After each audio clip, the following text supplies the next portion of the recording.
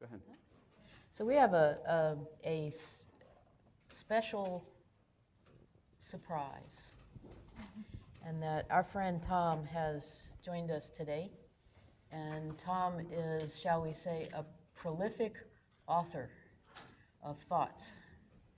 And Tom has some thoughts to share with us today. Right. Now, some of you may know that Tom was with us at the very first ChangeAgent meeting and came to many of them, and we haven't seen him for a while. So we're kind of honored that he showed up today and wants to share some stuff with us. And Okay. I think Tom is right now you're working as a peer specialist at I wear many different hats, and I'm enjoying it, and I'm in my stride, and he's doing very well, and I like doing here. You good? Okay, you good. I'll give you the time warning. Wonderful. Thank you all for coming. It's an honor to be among your presence, for you see, I firmly believe you'll all be glimmering lights in eternity. It's my recovery story. Also have Tom's tools. A few of them might include tap into something higher than yourself and experience excellent mental health. One of them might be think of happy things and touch the fringe of angels' wings. And the last one is very important. Think of others first and for love never thirst. I've written many things, but what I really like to share with you is a theory I've recently written about my own definition of recovery and what it means to me personally. I'll try to relax to the best I can, so please work with me. This was written Saturday, November 6, 2010, 5:49 p.m. My definition of a positive and forward-moving recovery process is viewed by most honest, deepest felt convictions within my personal belief system involves pre-meeting a self-propelled motivational recovery process, momentum that ignites the very fiber of my inner life force. I firmly believe in a connection with a higher source of life that is well organized and fundamentally sound, as long as this connection proves true in factual reality with the sphere of productive thinking, demonstrating evidence that many individuals would agree upon as proof with their own true perceptions of reality. In a nutshell, I might say, be your true self and attract the essential health necessary to motivate your inner being that can be connected to the power of your subconscious mind, without doubt and firmly rooted in reality. This vital source of energy that spins the universe can provide the unfolding of events necessary to sustain a recovery process that proves true with tangible recovery evidence. Simply stated, why not stay connected to the wisest, deepest, most discerning and highest intelligence of the entire universe? I believe this source of higher intelligence is actually available to recovery-oriented minded individuals who feel a special bond between a higher source of life and themselves. When exceptional recovery movement is in progression, why would anybody question this phenomenal avenue to authentic recovery, especially if it works in a person's life and demonstrates irrefutable recovery evidence? This is something how I put it together in a little poetic form. I'll do it right now. Relax your mind, let soothing thoughts unwind, and find your introspection intertwined with the divine. While you're at your leisure, apply intuitive measures to draw in healing intellectual endeavors. Another example would be the master of the universe holds the highest worth in a storehouse of rhyme and verse, bubbling forth eternal bursts of songs, creating a joyful glee inside every girl and boy singing along. Simple explanation. Believe in your natural abilities and fill your subconscious mind. I'll do this again. Believe in your natural abilities and fill your subconscious mind and feed. One more time, I'll get it. I'm a little nervous. You good? I'll be a human being. Every now and then, this person's handy, though, so work with me. Example, the master of the universe holds the highest worth in a storehouse of rhyme and verse, bubbling forth eternal bursts of song, creating a joyful glee inside every girl and boy singing along. Simple explanation. Believe in your natural abilities and feed your subconscious mind the positive empowerments that you might like to see unfold in reality. If they do, you just might have connected to a higher source of intelligence that proves relevant in your life and promotes excellent mental health, recovery delights. Simpler yet, why not stay plugged into the finest intelligence in the universe and use this intelligence to realize the recovery process guided by the very best intelligence of very best mental health available to recovery-interested individuals? The final recovery source is feeling complete joy without further remorse. I would like to see this on our door at Higuera with this Sunday, December 2nd, 2008. Very simple statement, and He was inspired by Dr. Minkoff and Christy Klein. Welcome. Thank you for coming today. We are sensitive to your appointment needs. Would you work with us to keep a timely schedule, please? We appreciate your kind participation and generous cooperation. Any practical suggestion will be helpful for us to serve you better and increase your worthy trust. I guess that's about it for today. I've said enough, and thank you very much for listening. And give his applause to the Almighty. I don't want applause. Give it to his Almightiness. He deserves it. Thank you. Hey, Tom, I didn't realize that thing rhymed until you read it. Excuse me? I didn't realize that last thing rhymed until you read it. Yes, it's easy to rhyme just to rhyme these when I come right straight. Okay. It just comes out really easy. So, we suddenly had the realization that this next exercise that we're about to do, which in case you haven't noticed has a Beatles theme, is kind of weirdly, coincidentally connected to the anniversary of John Lennon's death yesterday. But we didn't plan it that way. It had nothing to do with that. We picked the Beatles theme some months ago, and so we're just, you just happen to be in the sequence of places that we're working this thing with. So I'm going to just create a very little framework for what this is about. And then I'm going to turn it over to Chris to kind of walk you through what we're going to do. As you know, and this is like the instant summary, the whole thing that we're doing together is working to change the whole system. And the whole system means not something just up at the leadership or funding level, but every program, every agency, every person delivering care enters into a process to be better designed, to be about the needs, hopes, and dreams of the people and families coming into care, who are, in general, people who have lots of complex issues, mental health issues, substance issues, health issues, trauma issues, housing, legal, et cetera. Okay? So we say co-occurring or complexity is an expectation in the way we think about design. So the idea, the thing we're all doing together, is that every program goes down a path to become welcoming, recovery-oriented, and co-occurring capable. And every person delivering care goes down a path to become welcoming, recovery-oriented, and co-occurring competent. And in large agencies, and many of you do come from large agencies, every program means every program, not just one program in the agency, but all the programs in the agency. And we were driving onto the campus here and noticing that this is the epitome of a very large agency. It's got buildings and programs all over the place, So it's like, so how do you do this in a very large system? So there's a process that we're all connected to, okay? That's part of how systems get there. And the process involves using the technology of what we call continuous quality improvement, not just as a little project, but as a way of building something throughout the whole system, so that all of the programs, all of the agencies, all of the people start moving in a certain direction together. Now, in the quality improvement process, there are some essential features. One of the first of those features is the concept of an empowered partnership. Inside that empowered partnership, one of the first messages is to say all of the programs in the system within all of the 5 partners are welcome to come to the table exactly as you are and start making progress. Your commitment to participation is not to perfection, not to, I'm going to take a step, somebody's going to audit me and beat me up if I'm not perfect, but to progress, to making a commitment to organize each component of the whole system, to be making progress toward a common vision, one step at a time, one day at a time. The second element of the partnership is vertical.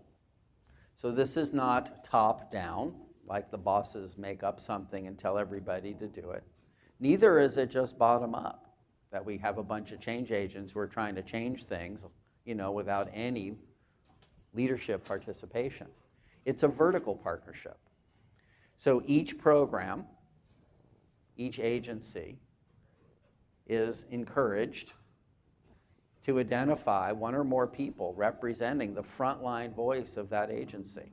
Clinicians, supervisors, consumers, peer specialists, whatever makes sense for that agency. To sit on something we would call a quality improvement team in that agency to work on this, using tools like the Compass to do a self-assessment, a co-occurring capability, developing a plan to make progress. And then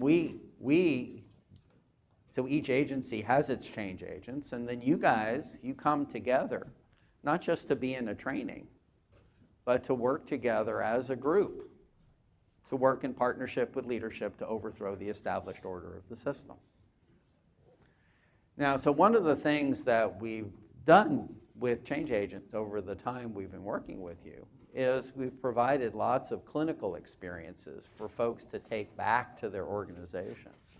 We've also spent time helping you to become a group, to get organized into different teams and work groups, to come eventually to have representatives sitting at the table of the core implementation team, bringing your voice directly to the leadership level to be planning and designing how things occur. And that's continuing to kind of roll uphill. The other thing that we've done, and we do, is we're constantly thinking of ways not only to kind of give you clinical experience, but to give you opportunities to be better change agents and to understand practically how to function in the organizational change role. Because, you know, a lot of folks, you know, I'm sure that however, if you're brand new or if you've been around for a while, you know, somebody thinks this is a safe way to contain your otherwise pushy approach to trying to get everybody else to do something different. And so part of change agentry is learning how to channel that beautiful creative energy in a constructive process that helps you and your organization be in a partnership and help all of us be in a partnership to move something forward. So lately what we've been doing is we've been moving from just looking at clinical case learning to organizational case learning. Since we realize that it's, you know, it's much better to learn by practice than just somebody sitting up and talking about something in a general kind of way. And last time we were with you, we did our first change agent organizational case learning, which was called Rate of Return. How many of you participated in that because you were here? Okay, that's some of you participated. Wow, really? There were only 5 of you who were here last time? No.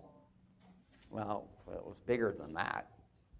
Okay, well, the rest of you are going to have a chance to leap in with, we got so inspired by Rate of Return.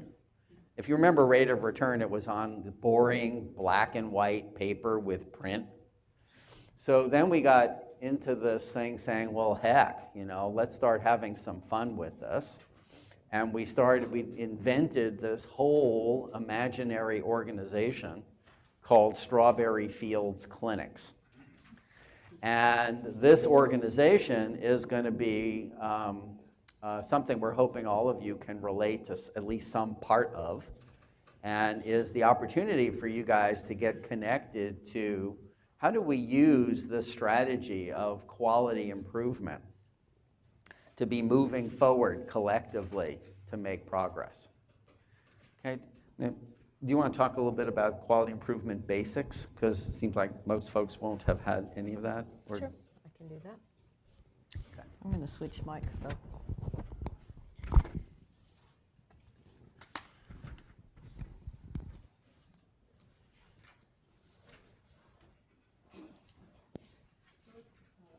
Testing. Let's just do a little bit of a background on quality improvement. I know some of you are in the quality improvement business for a living, and some of you have had some training and education on quality improvement, but my working assumption is that most people have had experience in their own organizations of quality improvement being done in a way that doesn't feel like it's the most exciting and endearing process. And so I want to put it in a framework that might be more useful to you. Think of continuous quality improvement as a way to move an organization from the perspective of being in the position of thinking that the only way we're going to know if something is improved is if we wait until it's over and we look at it. And think of quality and continuous quality improvement as a process to say, can we be together in a way doing things together cooperatively, collaboratively, in real time, so that we can actually see things improve as we go, because it's a really, really busy world and it is incredibly overloaded with things to do. And if you wait too long to actually recognize that you're making progress, you may feel defeated even when you're succeeding. Yes. So what I want to do is to give you guys kind of the fundamental kind of feeling of what continuous quality improvement is about, because there's all kinds of language and strategies and technical lingo that goes along with it, but if you don't capture the essence of what it is, it can stay kind of in a box and you won't be able to use it as powerfully as it needs to be used. So the fundamental tenet of continuous quality improvement is that it's a set of techniques and capacities for people in organizations to be together in a way so that you can recognize change as it begins to unfold, so you can build off of what's unfolding, so that the next step that you make is better than had you not done that. Okay, it's that simple. Is can we organize ourselves and do things that promote our outcomes being better than they would have had we just taken a shot at it and see how it turns out in the end. Okay, so that implies continuous, which means we're in something together that goes on and on and on and on, as opposed to a special project or a pilot or an attempt at something to study it. It implies it just goes on, which implies that it requires relationships between people. For things to continue, people have to be able to relate to each other in a way that makes sense. So here's one of the things behind the relationship, and I'm feeling like Tom has kind of given us license today to be in the creative mode. So continuous quality improvement, if you think about it, it's a way to actually create things.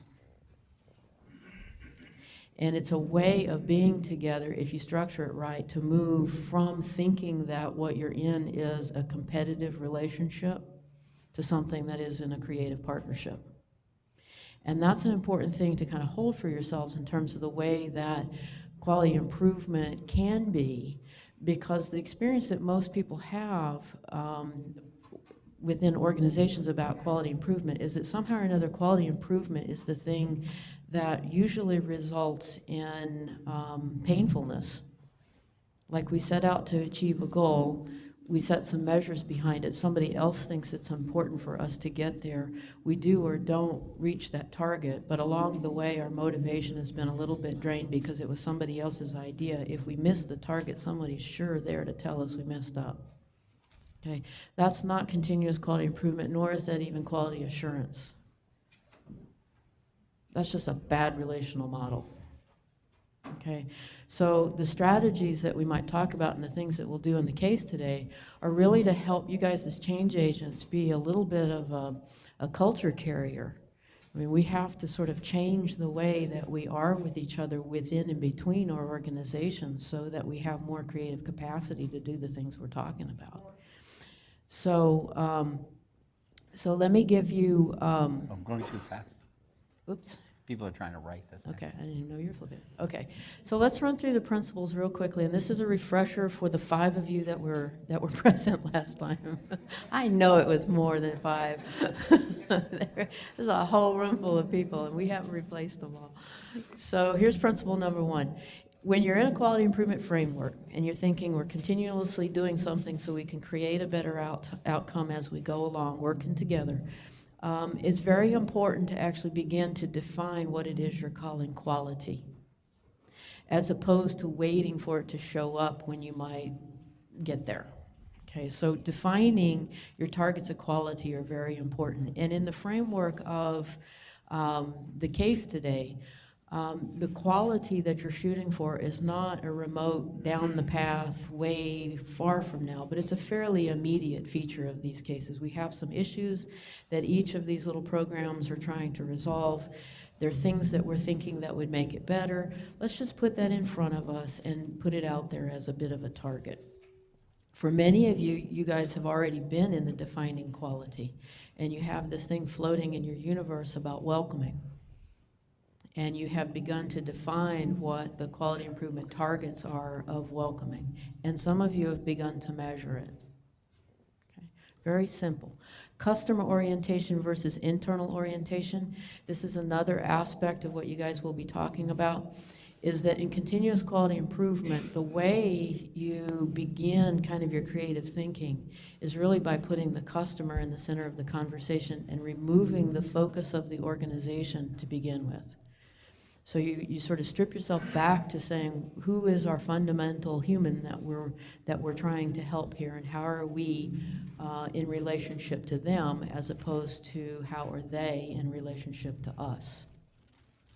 Okay, just by just by looking at who your customer is, and having the liberty to do that, that sort of releases you from thinking that we have to solve every problem inside the same conditions that created it. We can think creatively if we step outside of ourselves for a moment and remember who it is that is there to receive something. Most organizations are put together as a series of work processes. You do things, there's processes behind things to produce an outcome. And one of the things that you want to look at when you're trying to improve something is literally the work process. So a number of you, I think, have been doing things like NIATEX. Anybody a NIATEX provider? Okay, NIATEX providers, they're very cool providers because they've gotten a hand-on experience with process improvement, where what you're doing is you're looking at how do we go about doing this and all of the things that are strung together to help this happen. Let's look at each one of those things and see how they're laid out in their contribution to the outcome. And by improving each of these steps, we have the capacity to improve the outcome, which is a little bit different than the way most folks go about making change. We have a bright idea, we have an outcome, and then we randomly go about improving it. And we have all this work process in between us and the outcome that never really emerges to actually produce that outcome. Okay. So work process focus versus in-product focus. Can I say one thing? So one thing I just was thinking about, many of you have heard this before, for those of you who are relatively new, or just to hear it again, quality improvement, many of you are familiar with recovery for people as a process that people go through. Well, think about quality improvement as a recovery process for organizations. It only works if you have the highest vision, if you commit yourself to the process a day at a time, and you spend time looking slowly at every detail of how things are organized, so you're moving forward in partnership toward the vision. Okay? And they're just like for people with mental illness and or addiction, there are processes and structures that people go through to be move toward recovery. Okay? Everything we're talking about is a way of translating that same experience to a whole organization. You think of this as a tiny little project, it's like thinking a consumer is going to recover in just their left hand. It only works if you make it big enough and glorious enough to encompass everything about where you're trying to go. Go ahead. So principle number 4, us partnership versus we they. This is one that most people intuitively understand, is that you get much better, robust success when people do things together. It's quality improvement, continuous quality improvement is a cooperative, it's a collaborative, it's not a competition.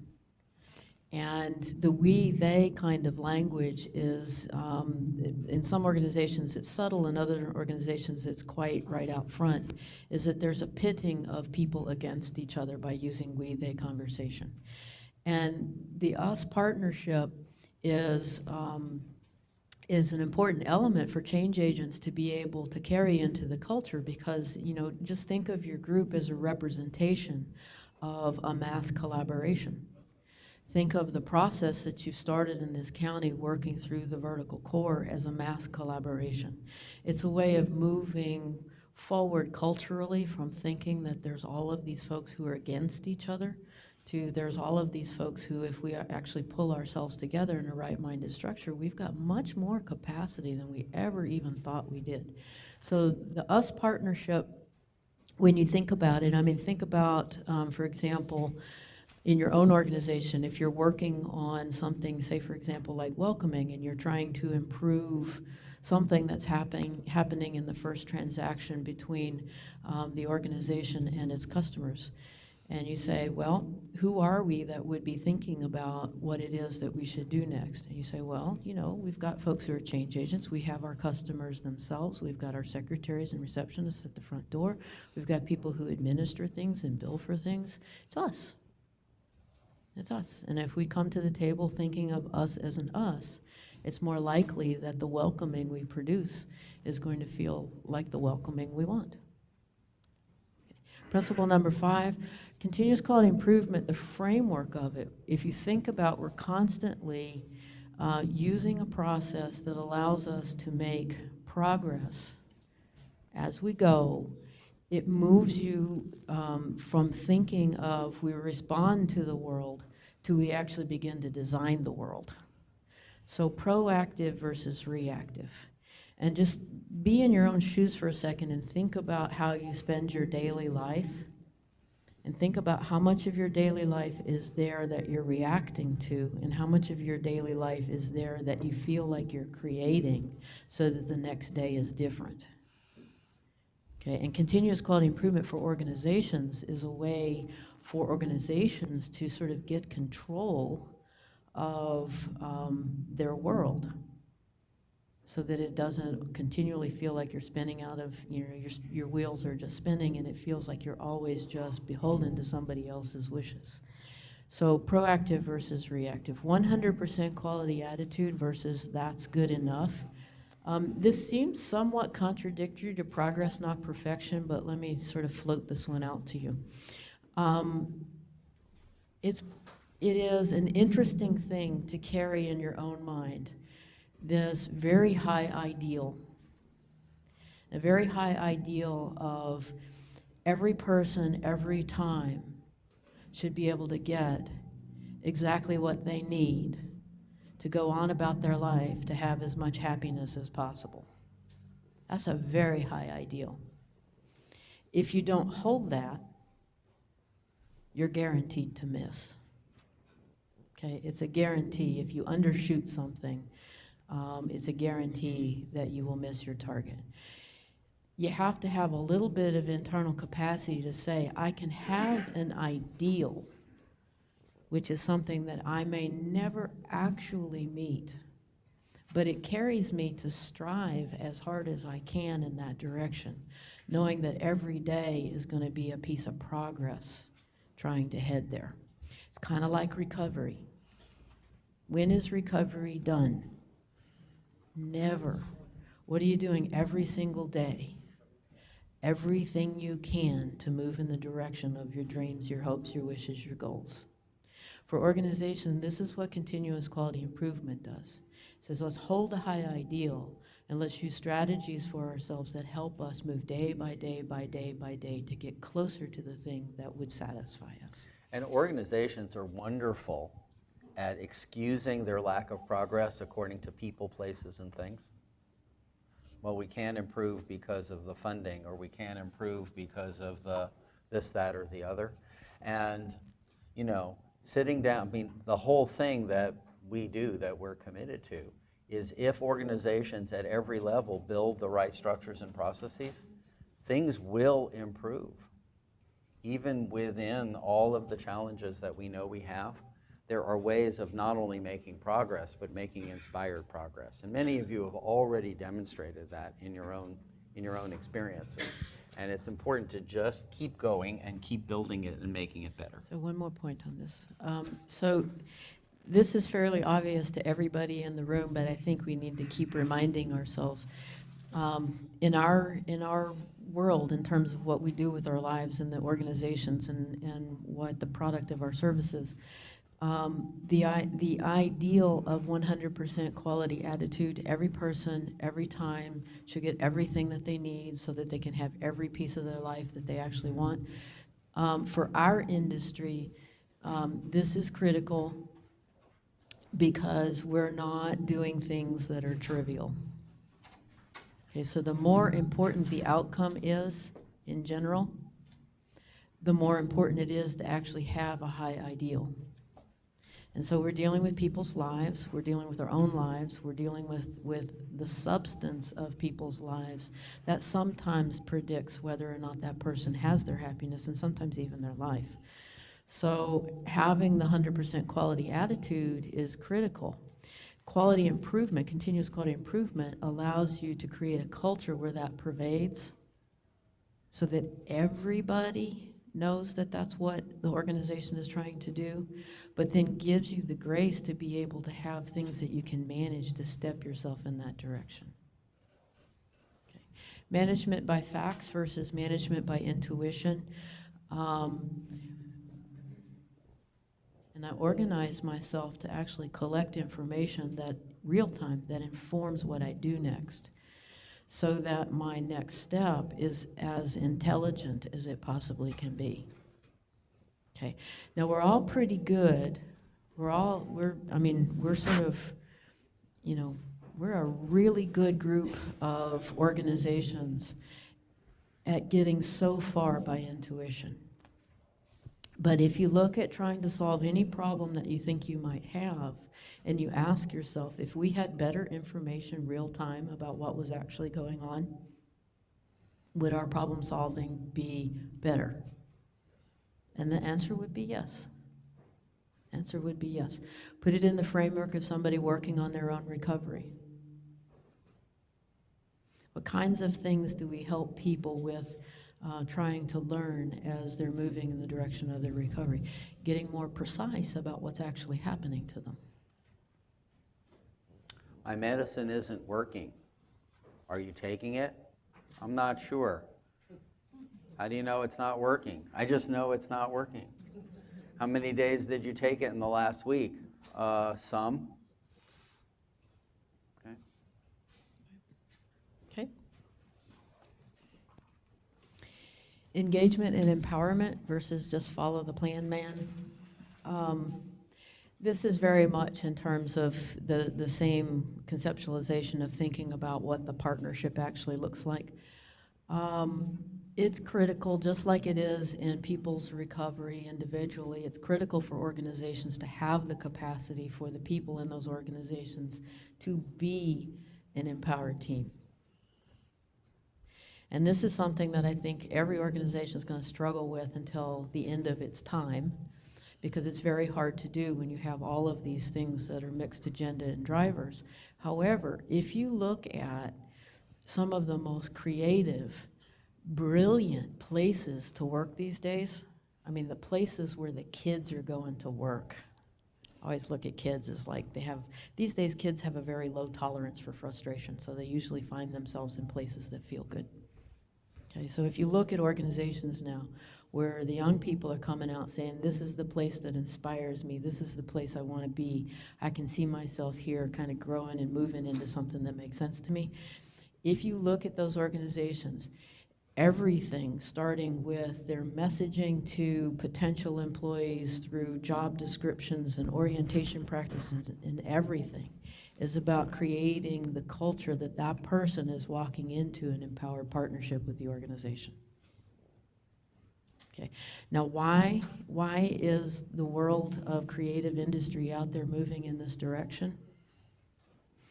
Because if you actually do that for people as an organization, what you produce is great. What you produce is successful. What you produce is valuable. What you produce is creative. What you produce is something that somebody wants. And so there's a link behind, there's a tie in organizations in terms of the degree to which people feel engaged and empowered and the quality of the service that gets produced. Okay. Quality belongs to everyone, as opposed to we have a quality department that's responsible for it. You know, as you know, as we're talking about this, you know, you can kind of capture that feeling. This is a big deal. This is a huge, pervasive kind of cultural overlay about how you go about improving things and how you go about being an organization. And thinking about quality as something that's held in a department by a few people that goes out and does things to others, that doesn't make any sense anymore. Okay, that's not even in the right, that's just something else. So the concept of quality belonging to everyone ties extremely importantly to the concept of personal responsibility and self-determination. The serenity prayer Okay. of system change. Everybody owning their own sense of responsibility for the outcomes. Okay. Now you can go completely anywhere you want with this, but think about in our industry how important it is for people who deliver service and people who are seeking service to actually be on the same team. Think about how important it is for people who work in organizations to be on the same team with their mid and higher level managers. Okay. Just think about, you know, this in terms of everybody saying that within the serenity prayer of my world, my serenity prayer, there are things I have responsibility for. There are things I have control over. Even if what I'm feeling like in the moment, the only thing that is the way that I'm thinking.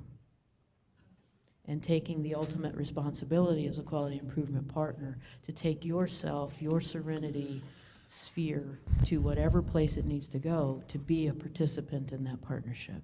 So personal responsibility and self-determination, those are words in the recovery framework. You could take them and abstract them to organizations. Continuous means continuous versus we measure when it's over.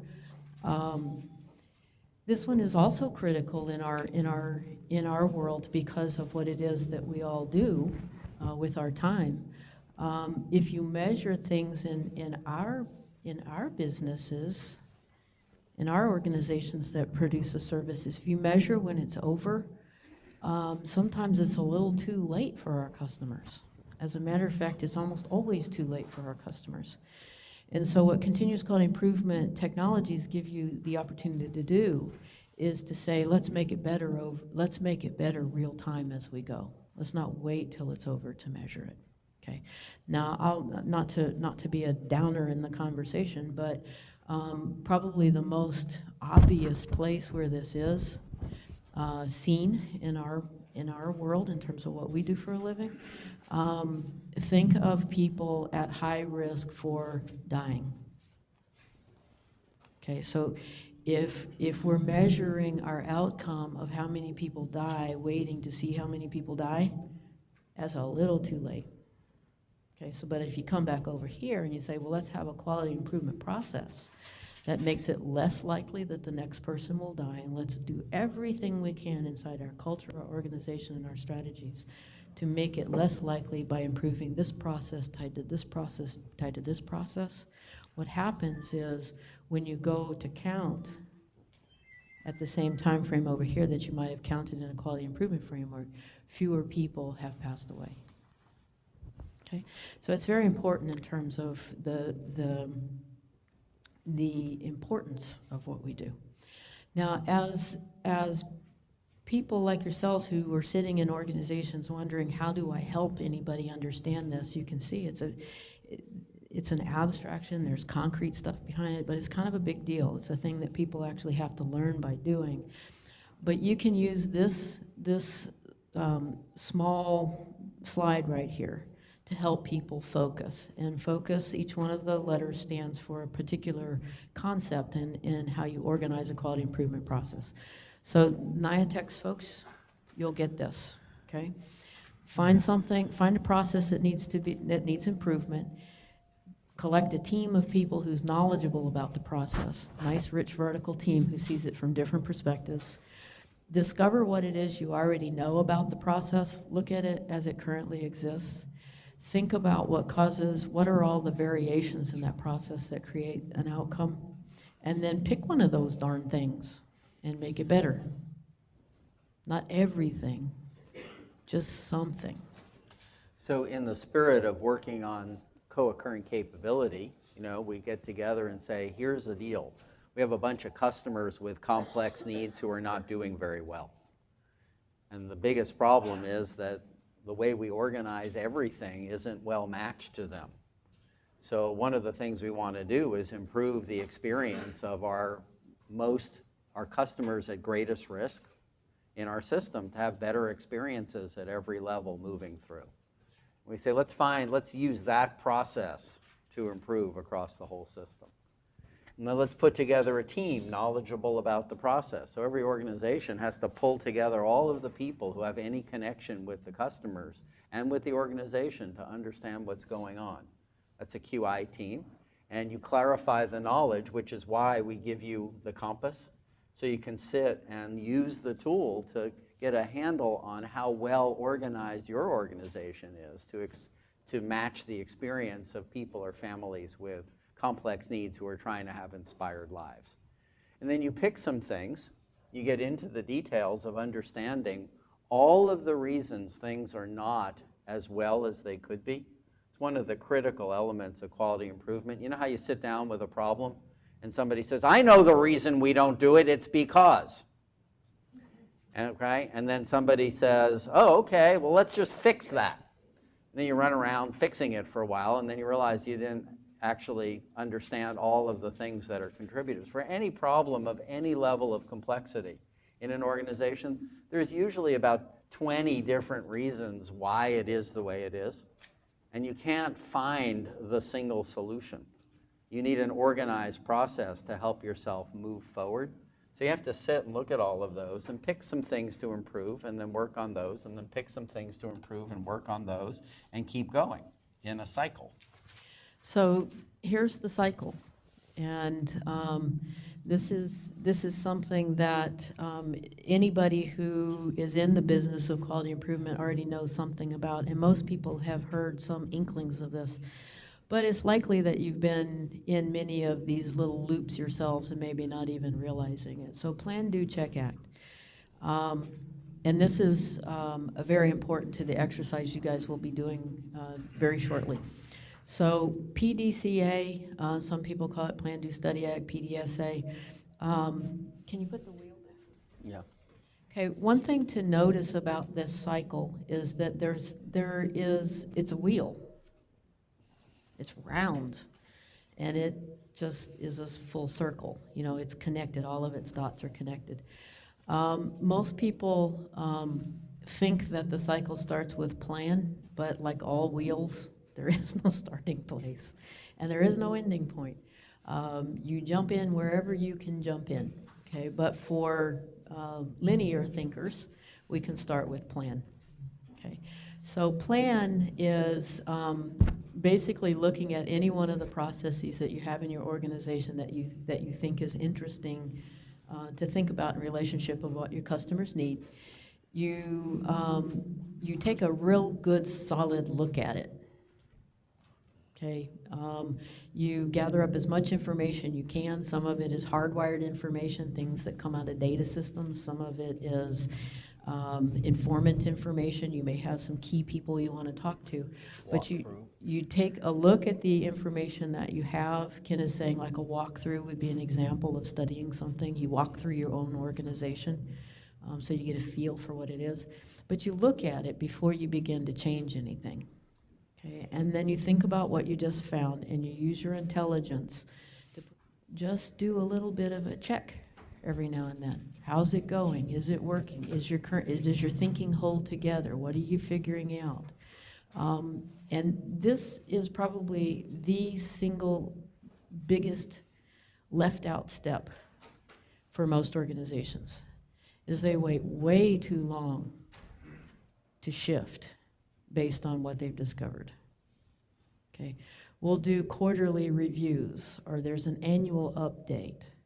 Okay, think of it like this. Okay, if you really put it in a client customer recovery framework. If you have a recovery plan, a real recovery plan, like not the piece of paper that's an administrative requirement, but a real recovery plan, how often are you making shifts in that recovery plan? Daily. Thank you, Tom. Many times during the day. Sometimes second by second by second. Exactly. And why are you doing that? Thank you, Tom. You're trying to do your very, very best, and you're learning something by the step you took before the next one you're going to take. So think of it like quality improvement plans are like recovery plans for organizations. If one of our customers said, I have a recovery plan for myself, and I'm going to look at how it turns out in a year, what would we say?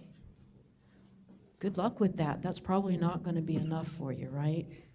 Okay, but that's what we do, right, with our quality improvement plans for our organizations.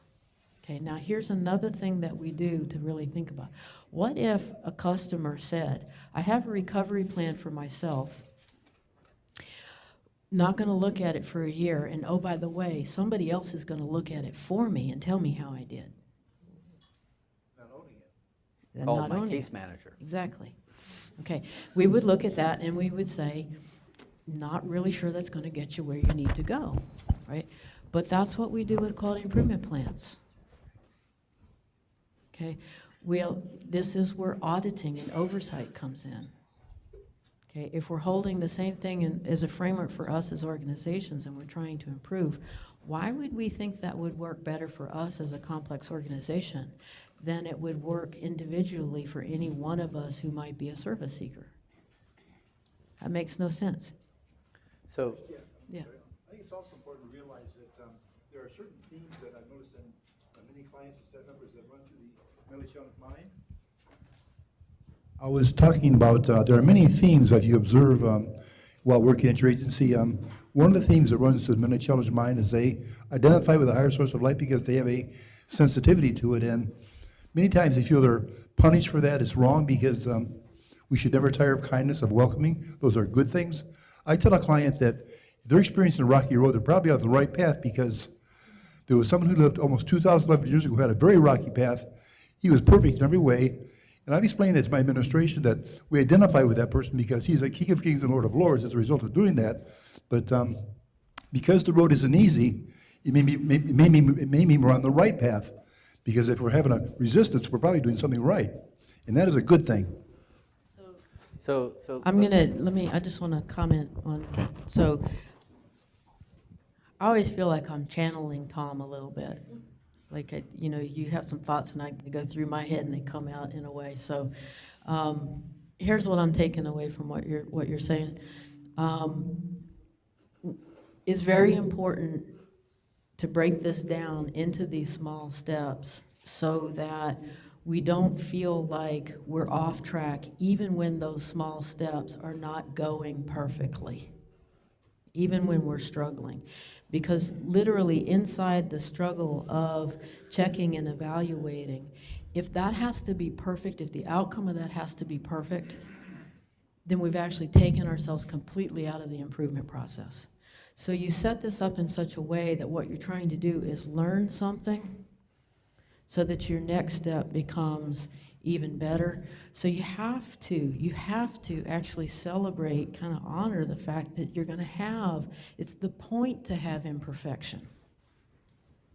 Okay, it's the point to be in finding things that tell you what needs to go next because it didn't go exactly perfectly. Okay, So one of the things, the couple of things is, one of the things is that this is a set of strategies, okay? But just like any other strategies, they need to be used in the right spirit, okay? So, it's a little bit like a client, you can say, Go to 12-step meetings. It's a beautiful way to go down a path of recovery for people who have addiction. And somebody says, okay, Judge, how many meetings do I need to go to and how long do I need to sit there? And will it work if I sit there long enough? Well, you can sit at meetings in that spirit for your entire life and guaranteed not much is going to happen. And of course, in organizations, we're great at that. You know, everybody says, okay, so I have to do quality improvement to do this co-occurring thing? All right, Lorraine, how much do we have to do it? How often do we need to meet? What form do we fill out? We're real good at that in Michigan.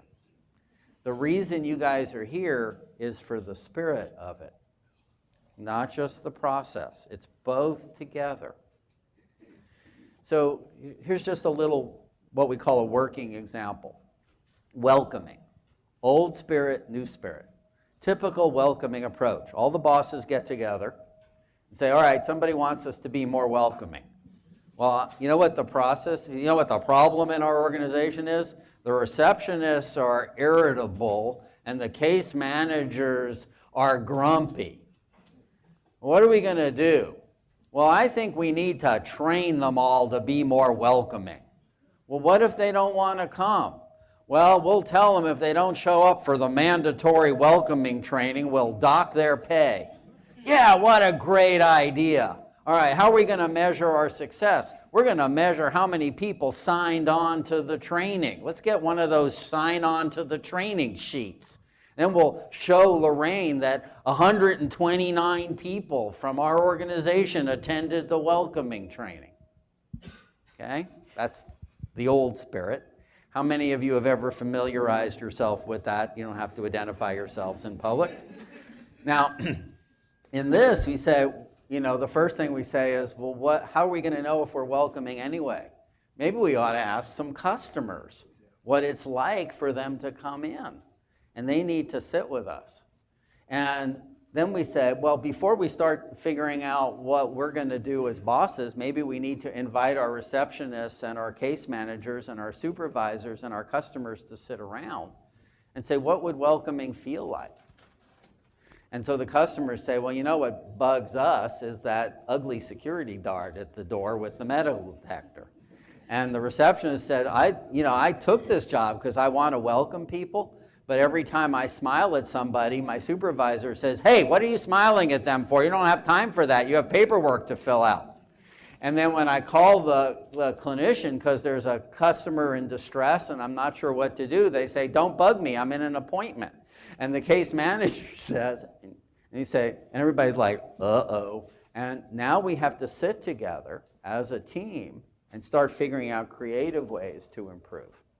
And that's why we have you do this exercise. That's right. So we'll put the frame around the exercise, then we'll take a little break, and then you'll come back to your groups. Okay, so I want to, Ken, can you put that up there for me? I don't know, exactly know where it is. Want to walk you through just the basic framework. Now, Strawberry Fields is an imaginary organization. If it looks like your organization, that is only accidental, okay? Completely made up. Yes, there is a Beatles theme. Okay. Can you go back up to the front page? that's the front page. Down a little bit. Oh. Stop. Oh, where am I stopping? Just go and show the bottom picture. The bottom this one? No, on the No. front page, the bottom picture. Bottom picture on the front page. There you go. Okay, stop.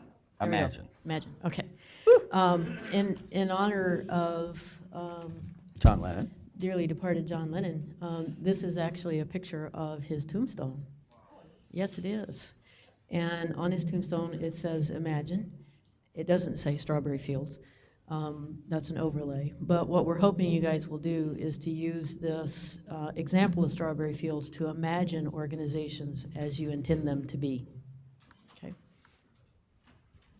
Okay, now here is the exercise. Can people see, can you read that print? Yeah, good, okay.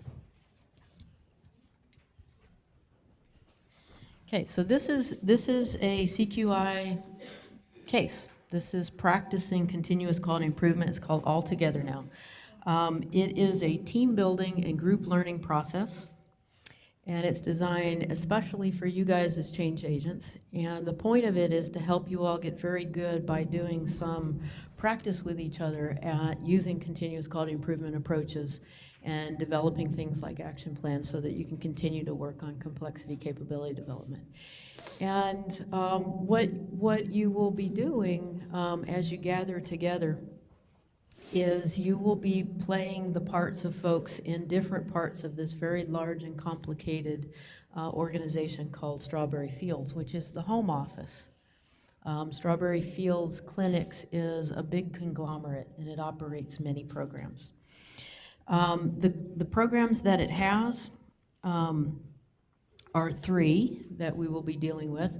There's one program that is a case management rehab program for adults with serious mental illness called Abbey Road. Some of you will be Abbey Road folks. There's a second program, which is a wraparound program for kids with serious emotional disturbance and for their families called Yellow Submarine. So some of you will be Yellow Submariners. And the third program is an outpatient program, intensive outpatient program for pregnant and parenting women with substance use issues, and that program is called Lady Madonna. And then Strawberry Fields is your home organization. Okay, so each one of you will either be working in Strawberry Fields, Abbey Road, or the Yellow Submarine. No, Lady Madonna, Abbey Road. Oh, did I say Said that Strawberry wrong? Fields. I'm sorry, Lady Madonna's Abbey Road or Yellow Submarine. Okay. Now what you've got in your packet is you have descriptions of the clinics where you might be working. And this, for example, is Abbey Road. For those of you who skipped the 60s and 70s and 80s and 90s, Or have blacked them out. or have blocked them out completely, this is an album cover, completely pilfered off the internet. So I'm sorry. This is the description of Abbey Road. Each one of the organizations has their description in the packet that you got. And it tells you a little bit about the organization and what it is they're trying to figure out as their next step. And so it sort of makes it a little bit easy for you in that it kind of presents something about what it is that they're trying to use quality improvement on, you know, what issues they have that they think they want to improve. And they're different. Abbey Road's trying to figure out something different than Lady Madonna than the Yellow Submarine. So when you are in your small clinic groups, you'll be taking on the issues of that clinic, working together as a quality improvement partnership to think about how to make progress in that area. And the second part of the exercise is then all of the clinics will come together as a very large organizational quality improvement team across these three organizations to think about how each of these programs helps the other program make progress. Okay, so you will become what is affectionately known as the dream team.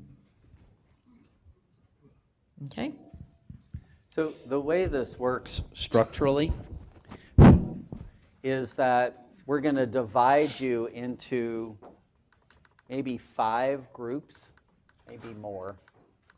And each of those groups will be a strawberry field. And each group will have somewhere around 12 to 14. We can't do that many divisions. Huh? I don't think we'll have that many people. Yeah, that's Yeah, too so many. that's about five groups.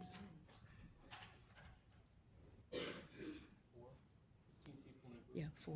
4 is better. I think, well, 4 is probably better. okay. Four groups. You're being overridden. I'm being overridden. Each group will therefore have about 16 people. And then the group itself will get together, and people in the group will decide to divide into thirds. And 1/3 will be Abbey Roaders, and 1/3 will be Lady Madonners, and 1/3 will be Yellow Submariners. And we want the groups to be mixed and matched. So you don't necessarily, if you're all here from the same program, don't come to sit necessarily with all the people you already know. Use this as a chance to get to know new people. Okay? And in addition, you may want to, if you do child work, you may want to be a yellow submariner, or you may say, no, I want to leave my body and have a completely different experience and pretend I work in an addiction program or something like that. It's completely up to you. But when we get everybody into the groups, there'll be 4 groups, and then within each group there'll be 3 teams, each of which is working on one of these clinics. So okay, and part of the reason we're doing this is it kind of represents your actual system. Got a lot of subsystems and stuff like that, so it'll feel a little bit like what we're actually trying to do in Detroit Wayne. So when you're in your group, this is your instruction set. Keep it simple. When you first get in your group, it's good to pull the instruction set out and ask yourself, what are we doing? And read the instruction set.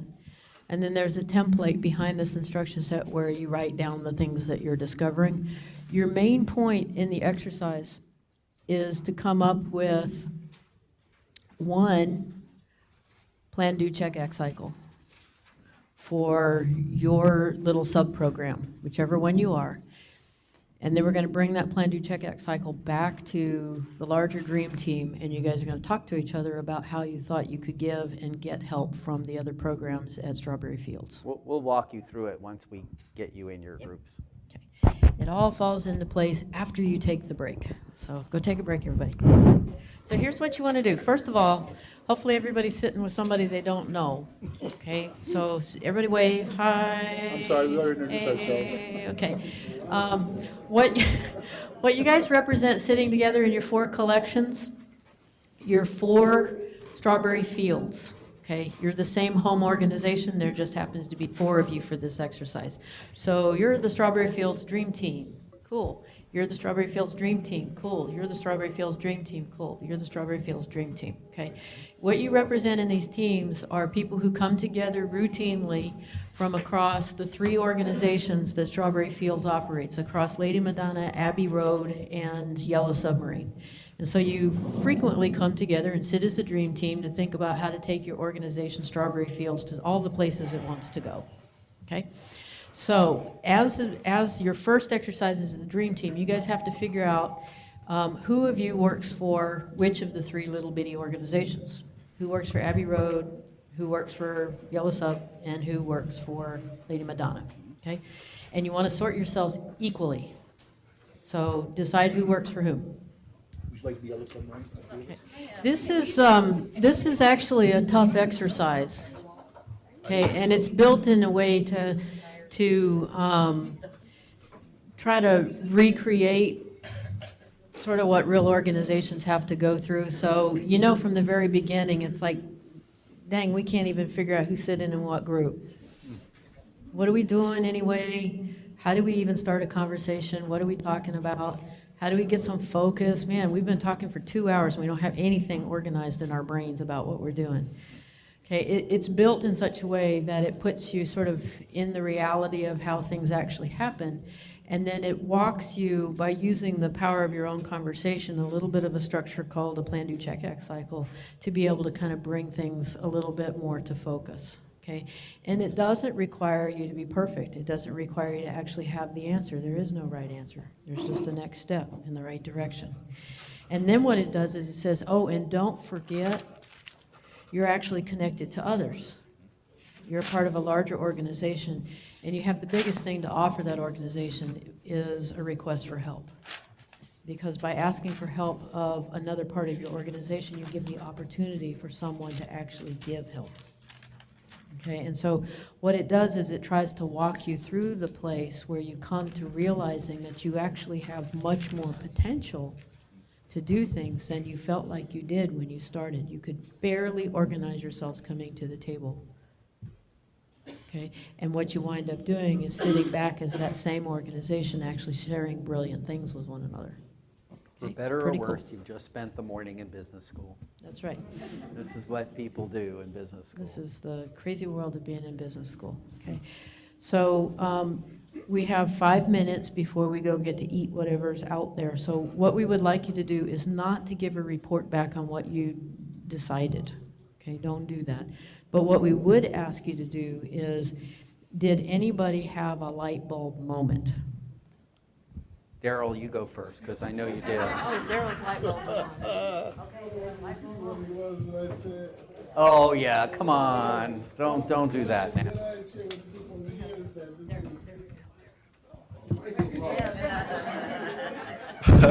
Can you hear me now? Yes, we can hear you now. What I shared with the group is that I like this exercise because as a change agent, this gave me some strategies to be able to go back to my facility and to try and implement these ideas in coordinating services and working with other departments within our agency. We figured we'd start with an endorsement. That's right. Lead with your strengths. Other things, they don't even have to be big ones, just little ahas. Any other comments on the exercise? Just comments. Any? Yeah, the exercise is excellent. It actually lets you use and utilize all the things that you use in life and just brings it back, to place when you need to use it. So, if you have a business background or business, you have a social work background, and you draw a little bit of that, so whatever background, it can just kind of enhance the exercise. Brought people together regardless of what your perspective was about what you did. Cool. That's good. What I learned was the advantage of having the stages of change lined up with the ASAM. And then even looking at that and in terms of when you're ready to write the treatment plan, how well will this help you develop the treatment plan with the client? I think it would make it more individualized too. Mm-hmm. Yes. Very nice. Other comments? Tom, go for it. Thank you, Christy. I thought the exercise was extremely simple. It was easy to me because I have relaxed my mind to the point of not worrying about whether I pass or not, but doing my very best every day, where I'm here to make a contribution. And with that contribution, our team did an exceptional job by brainstorming, by... Back, everybody, we thought we would kind of begin to get a little, get ourselves a little bit organized. We have a busy afternoon, and Steve isn't back yet, and he has some things he was going to share, so we thought we would get started. I don't know. That's why you're here. You're going to be Steve for a minute. Just an interesting little tidbit. There are at least 2 people who have come up to me in relationship to this quality improvement and said, I used to work in another industry where they made things, like cars and computers, and we did stuff like this all the time. We were up to our eyeballs in this. They said this stuff is kind of, elementary compared to the stuff we used to do for years and years. And it's interesting because, in the business we're in, our customers are a whole lot more important than things. And yet the strategies that are universal strategies in terms of helping everybody be in an empowered process to improve what happens, at how we serve our customers and how we produce a product that's really the highest quality. We haven't really used that very much in behavioral health. So welcome into that process. And part of what we want to do this afternoon is begin to think up a little bit. I'm going to spend some time thinking systemically as a change agent team about where we are and where we're going. Then we're going to spend most of the afternoon doing this very cool clinical coaching exercise that we've just invented on your behalf. Okay? It's just Lorraine put us up to it. So the thing that I asked David to come up, because I think we were going to start with a conversation a little bit about the survey. And, okay, something you know a little bit about. A little bit. Somebody mentioned you did. So let's just kind of talk a little bit about the survey. Steve will show up sometime soon, and then we'll kind of talk about where we want to go with the survey results and how that informs the process, and kind of open up a little conversation, get people's ideas, and do a little planning for what we're going to do when we come back in March which is March 20th?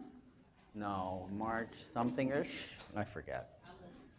I have it in my pocket. Okay. So you want to tell a little bit about the survey?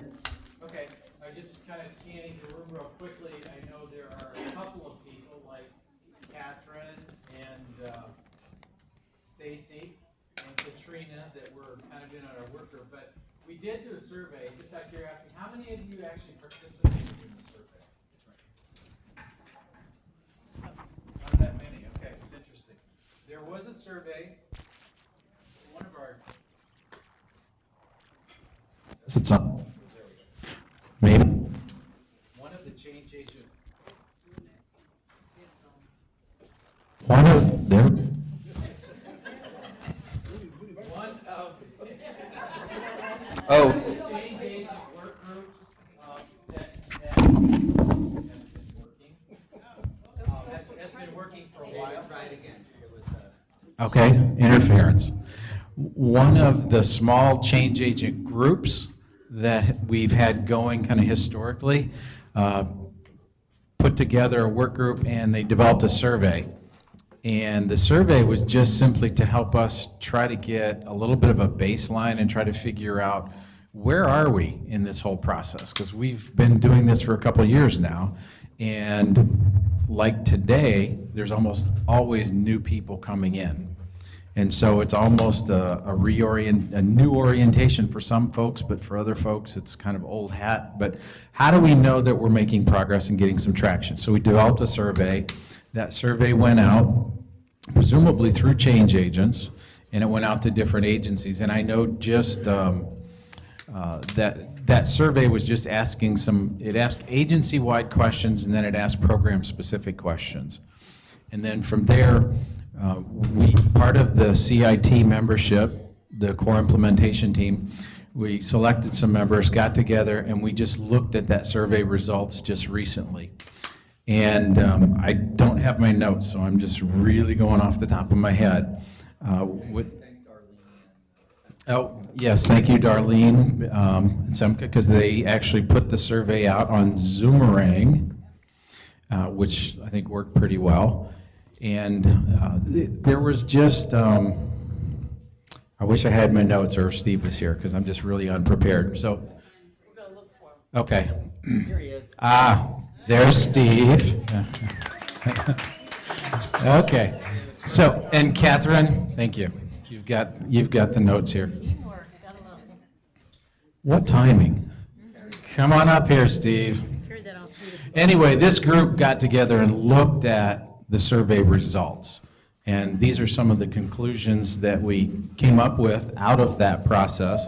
And as Dr. Minkoff said before, then our next step is kind of, okay, we did the survey, now we have the survey results, now what? So I'll let Steve talk a little bit about that. Okay. Hi, everyone. The survey was both the best of all worlds and sort of the worst of all worlds, and we knew that coming into it. As you remember our last meeting, we made it anonymous so that people wouldn't be, let's say, averse to putting down what they really felt rather than putting down the right answer, fearing that their funder would see this and there'd be some consequences to it. That was never the case, but we were aware that people had these ideas. So it was strictly anonymous, which meant that we didn't know where the results were coming from. We ended up with 64 responses out of probably somewhere between 250 and 400 sent out surveys, because each of the 5 partners sent out surveys, and surveys were sent out by people at various agencies, so it's hard to know how many actual surveys ended up out there. The 64 responses, according to what we got, represented programs that were across the array, not evenly across. Mostly it was the outpatient programs, with the majority being adults, but a fair sampling of children's programs also, and lots of other types of programs, but again, that was the vast majority. The successes that seemed very clear across the board were that policies were being changed officially at a lot of agencies, that most of the respondents thought that training and education was plentiful, and that their staff was well-trained if they wanted to be, and in many places it was mandated they were well-trained about the idea of integrated treatment and co-occurring disorders. And documentations had been changed to meet this. A lot of the responses talked about stage of change being documented, about at least screenings, not full assessments, being documented across the board, meaning substance abuse agencies had mental health screenings, and mental health agencies had substance abuse screenings. And these, everybody saw significant gains were being made. The common themes that were identified by our subcommittee were that there is a communication gap sort of across the board about what this all means. And what was identified in many of those was the communication gap was most prevalent in both the high reaches of agencies, officers, high-level directors, and the lower ranges, meaning the actual line staff and peers weren't really being educated, really didn't understand the full impact of this. Not only were consumers being seen as not knowledgeable about these changes, but they really didn't seem to be the focus of most of the changes going on at agencies, which is, unfortunate, at least unfortunate in what was happening. And often people didn't see them as being the reason we're doing these is in order to be having different outcomes than we used to have and being able to treat people where they were at. And that seemed to be something that was missed. A lot of people talk much more about funding issues, about documentation issues, about policy issues, but the reason why all these changes were being made seemed to be getting lost in the shuffle. Funding was seen as an impediment to many of the things. Many people had made comments that, if I can summarize them, and please correct me if this is a bad summary, was something like, when people can show me money, we'll make changes, or more that we can't make them because there's no funding involved to help us make these changes. The implementation of change initiatives seemed to be the most major challenge. Unlike training, education, welcoming didn't seem to be the challenges. The implementation is where most people saw that as being the challenge. We knew what we were supposed to do, but we didn't really know how to do it. And the other thing that, again, was unfortunate was that many of the very dedicated change agents that filled these out had expressed frustration about the lack of movement, and saying they come to meetings for years and they don't really see very much change to keep them going. And we felt that a lot of people who were very involved in this were basically saying is that this was very frustrating and they didn't know how long their involvement would continue at the same level. There was movement, though, seen when we talked about stages of initially people said they were in contemplation or preparation when they first started these initiatives. And now actually a majority sought themselves in action or maintenance to making changes. So these are all very, very good things happening. The answers, the observations of what we looked at, the answers seemed honest and not just what people would like to see. As I said, this sort of validated our wanting to make this anonymous. People seem to be saying what they actually believed. Program versus agency participation was very, very difficult to assess. And I want to temper all my remarks now. This was a very small sampling. But it was a sampling of people who were veterans. A majority of people said they had 3 years or more in their organization. So we're not talking about new people who walk in the door and said, you're a change agent. The people who are filling these out for the most part were people in an agency for over 3 years. You know, with all the changes agencies had, having staff that had an average of over 3 years filling these out, those are senior staff in a lot of ways.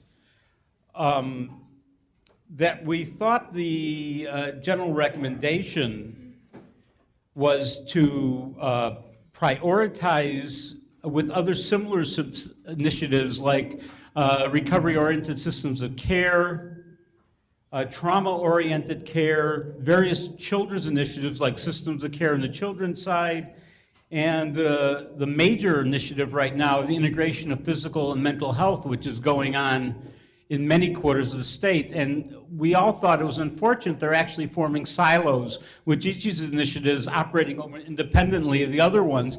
And a lot of, a lot of our funding and a lot of our impetus is being sort of spread out and being diluted too much because of this.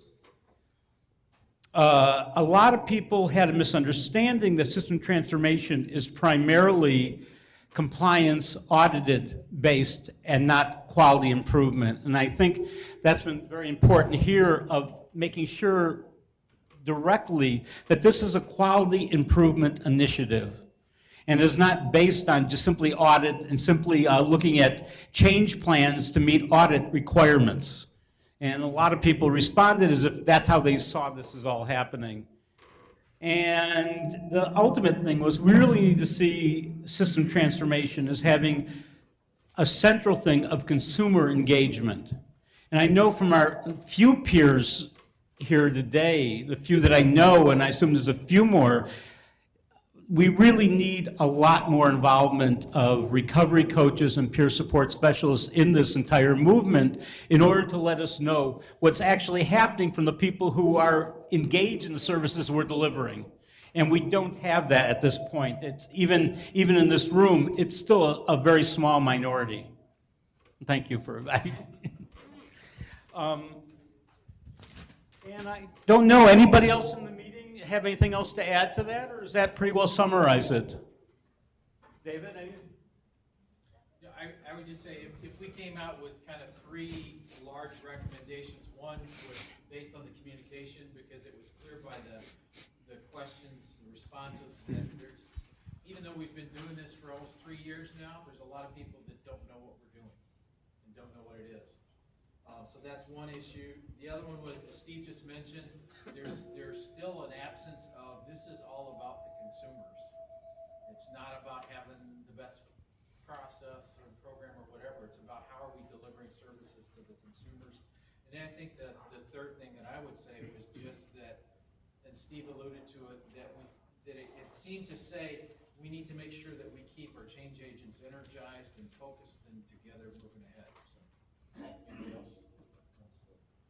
I think we need to give some thank you to those change agents who have been here since the beginning and really struggled because, we all understand the challenges that we're facing with this economy, and also the fact that the economy is not going to get better anytime soon. Okay, so we know that we're going to be in our current circumstance for quite some time. Meanwhile, the rock still keeps moving. Okay, the clients keep coming, the initiatives keep coming. Challenges are going to be there. So I really think we ought to give each other a round of applause for even being here today when I know you've got work sitting on your desk right now that you're thinking about you should be attending.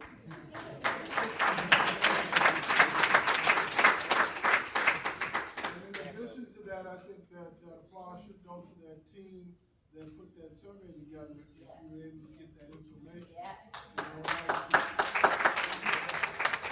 And I'm curious, there seems to be, there was some discrepancies in how that was given out to the change agents and so forth. So I'm curious as to when the survey will be given out again, and would there be any changes to that? But Daryl, I think that's a really good question because I think what we noted were 2 things. One was the structure of the survey, and I caught that on my own. In order to fill out the program piece, which was a small part at the end, you had to fill out the whole survey, which meant even at my agency, I ended up filling out the agency part and then calling up various programs and sort of interviewing them on the phone and sending it in because I knew that most of the people who weren't directly involved with this weren't going to spend 20 to 30 minutes filling out this long, I think it was like 7 or 8 page survey and giving answers, reflective answers that we wanted. But they would fill out the 2-page program piece of it.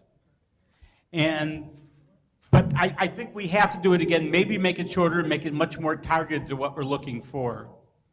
Actually, I kind of disagree to some extent. I think in my agency, now more than ever, I've heard by staff and clients in a really constructive way where I'm trying to take the initiative and sometimes stand alone and write the chalk against the blackboard. They respect me for that. I get that, a lot of dignity and respect there. I used to have to go to work just to get dignity and respect. I feel that at my agency, we are making a difference, the peers are contributing in a significant way.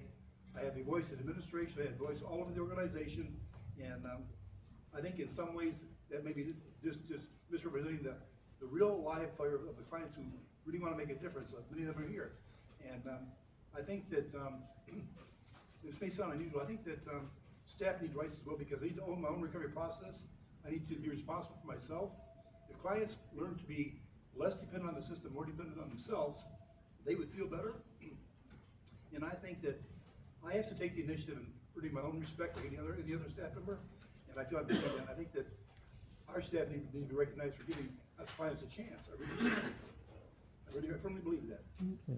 What we saw from the survey, though, across the system, what was interesting, and I think this was Dave alluding to too, consumers were mentioned almost not at all in the responses. That's not on my agency, that's not the way it is there. What? That's not the way it is in my agency. They call me a scholar. Okay, I'm saying is across the system, that was what we saw from the survey, was that most of the goals in terms of actually people receiving better services was not one of the major goals people talked about the system. But it is changing up there. They're getting better service every day. We're beginning to change the system. We need time to get it motivated and move it forward, but the change is happening. I can see it happening every day. I really can. I'm being honest here. Okay. Thank you. Katrina? No, I just wanted to piggyback on what you just said, Dr. Jennings, that there were plenty of opportunities for people to comment on consumers and the services to consumers, but there were no responses in open-ended part that geared towards quality of service for consumers. Missed you. Should I do the other piece now too, or So anybody? about the bulletin board? Sure. Yeah, go ahead with the bullet Okay. point, and then we're gonna, Piece number we'll two. we're not just cutting the conversation short. Hang on to that Steve has thought. another part, and then we're gonna wrap back around and put it all together. And the other part hopefully is part of the solution also, is that people who've been here a while know that we divide it into groups. Our group, I think is very important, but obviously we're still in the midst of creating what we're doing. Our group's task was to create a different communication system. And what we've come up with, and it's taken us some while because of some technical difficulties, is we're talking now about creating a very large, very easy-to-use bulletin board where people will be able to communicate online with each other, will be able to have things that are for anybody as a whole, like orientation. When we asked today who knew about change agents, if this is working, basically what'll happen is someone's a change agent, they'll be directed to the bulletin board, and there'll be a whole litany of materials there that they'll be able to access in very, very basic language about what we do, and also be able to participate in discussions on the bulletin board about how to be a change agent and what people's various experiences have been, and talking with one another. It also means that particular things, let's say someone has a question for the core implementation team. There'll be an area where they can write in a question, and there'll be someone on the core implementation team that will have the duty during that week or that month to give responses and have a chance to have actually communication among all the change agents to answer questions like that. The other piece that I'm hoping we'll be able to set up very quickly will be a wiki site, and where we'll be actually able to develop documents through everybody here between meetings. Let's say we're talking about a document has, what's my experience being a change agent, and try to do it. We'll actually be able to set it up, maybe putting some seed, an outline, and then have actually people here fill in the outline in real time and discuss with each other about these issues. So it won't be like one meeting, you don't hear anything about change agents, 6 months later you come to another meeting and stuff has happened, you don't have any idea, and it takes you 3/4 of the meeting just to catch up to what's been going on during the other time. Also, ongoing, we're working on probably setting up trainings that would be online. We'll have videos. Let's say someone in South Dakota has set up a video of some of their meetings, and we can negotiate with them and trade videos, so we'll be able to have a place on this site where people will be able to see what other change agents are doing and how they're doing it. Eventually, I hope there'll be a portal we can actually see these things live, but right now, I'm talking at least exchanging videos and having that ability to see what's going on. and having links to other things like Dr. Klein's Facebook for people who can do that, having links so you can use this as a portal to really understand what change agents, not only in Wayne County, not only in your own agency, but across the country and actually across the world. And when I first put this out we now just have it, and I sent it out, I think 2 days ago, 3 days ago, giving people a password to look at a very blank slate. And we're now talking about designing this to making it work. I think I only had 4 responses from people in my committee who wanted to volunteer. And I made it very clear, if you volunteer, please have the time, because we'll be depending on you to look at this thing and give us feedback, and not just volunteer and then not be seen again. If anybody else is interested at all, please let me know. I can put my address on there too. Let me know that you're volunteering. Again, I'm asking people to volunteer who have the time and have sort of the desire, the motivation to do this. Because I understand a lot of us have jobs that we may have the motivation, but the reality is we're working 12 hours a day just to do our job, and there's no way in the world we can take any other task on. But if you have both the motivation and time and would like to, particularly people who are good at design, who are graphic designers, who have a very good eye, who understand how to implement things, we could use you desperately. Okay? Any questions about any of this? Comments, that's one of the tremendous ideas, the billboard and the building partnership. Just wait a second so with the that, center, and Tom. I think you came up with some good ideas, Steve, as far as having a billboard and having questions sent in without a face on them so they couldn't reach stigma as possibly. And it's a good idea to communicate more effectively. I think that's one of the ways our system, I need to improve myself. I won't speak about others, speak about myself. And to better communication, I think we can begin to find ways to mend the system in a way that we have more choices, more options, and less anger and more health.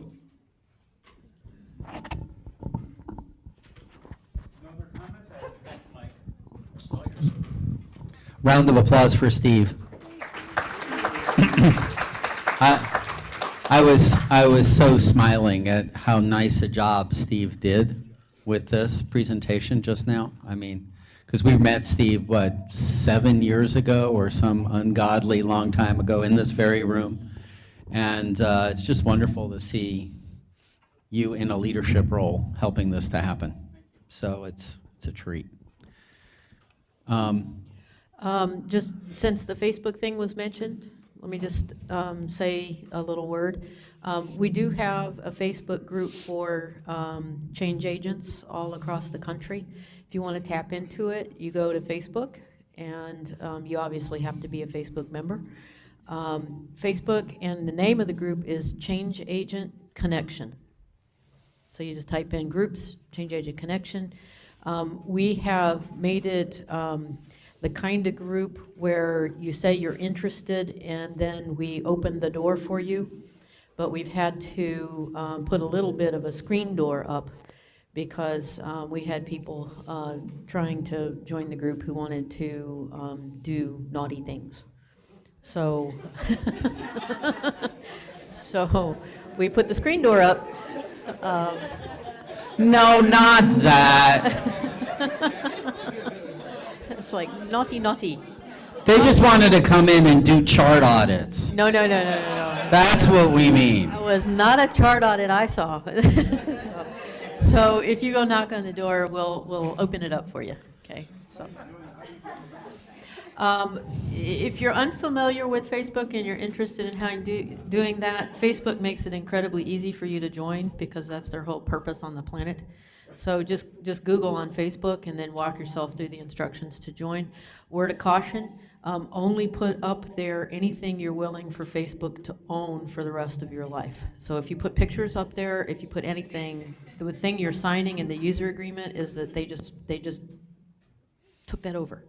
I actually, I was at a conference where there was this had nothing to do with this except that, but I was at a conference where a group of psychiatry residents presented on the impact of Facebook and things like that and social media on things that we think about as boundaries.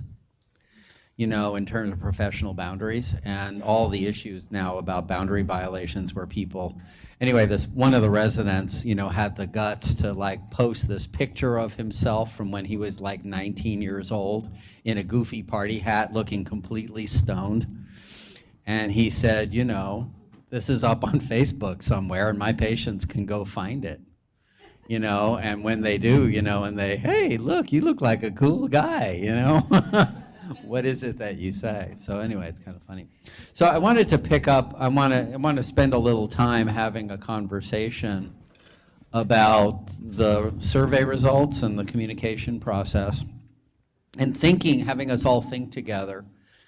So this is that you as a group can inform the core implementation team about where to go next. And we can think together about what are some of the things we might want to be planning for in March and June and so forth. Because one of the things we've learned about your system is that crises are constant, and therefore it's very hard to kind of plan ahead because things always seem to kind of get distracted. So let's take a moment and just think a little bit together. One of the things I would put out is I think the survey was very valuable, even though you got a small sampling. From our perspective, it illustrates pretty well exactly where you are. There are some, and it ranges from people, programs, and agencies being into this up to their eyeballs, and people saying, huh? And people being in spirit and people being out of spirit.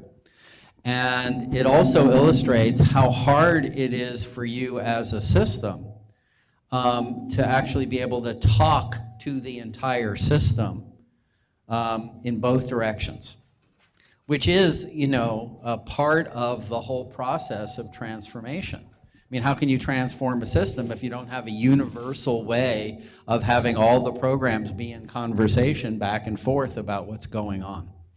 And it's a very complicated system with 5 partners and all these different agencies with all these different interactions. But part of our job, part of what we help systems to do, is to figure out how big, complex, financially challenged systems can not only conceptualize what transformation would look like, but how to actually be successful moving in that direction in small but very organized steps. So there are some things that are already people have been thinking about that are relevant to the survey. And I think it's worth kind of putting them out and kicking them around with you guys. So one of them has to do with how do we communicate? Okay.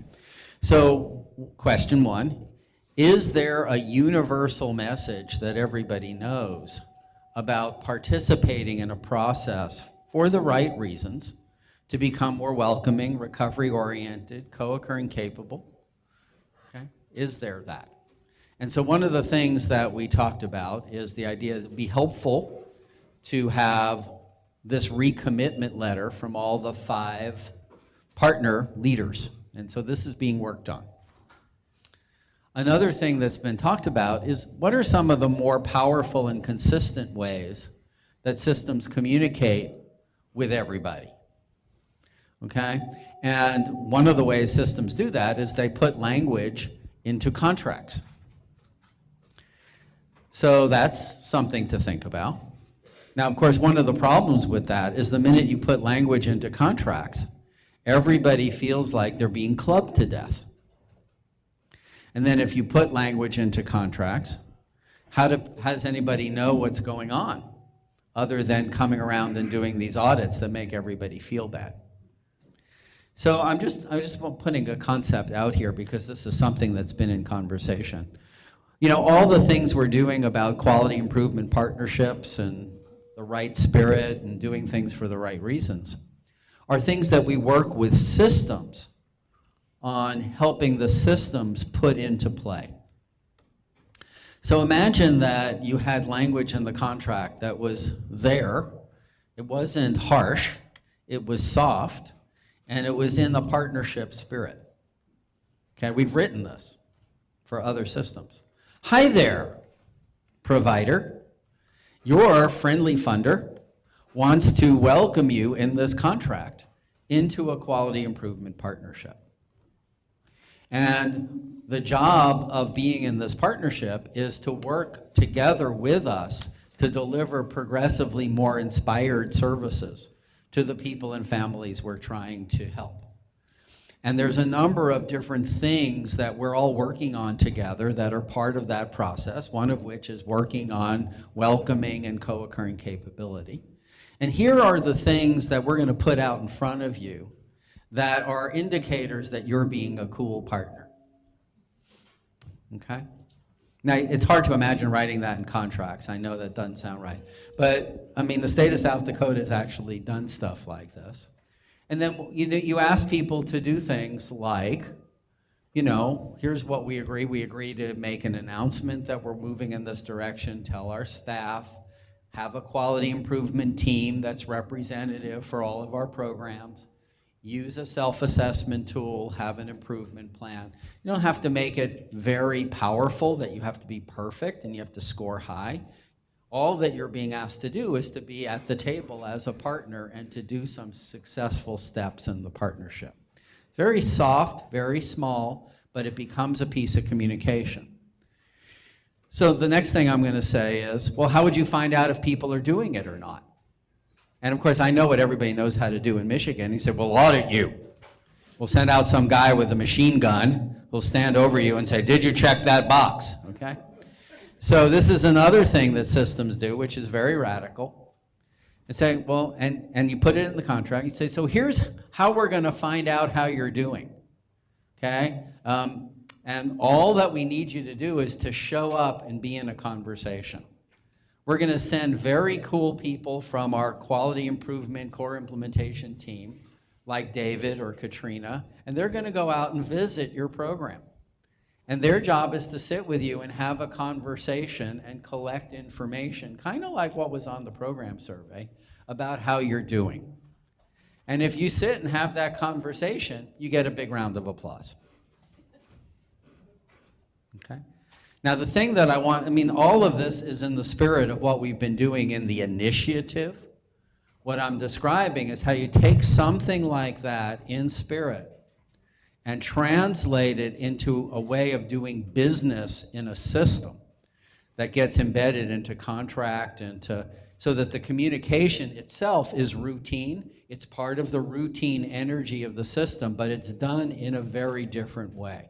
That's what transformation is.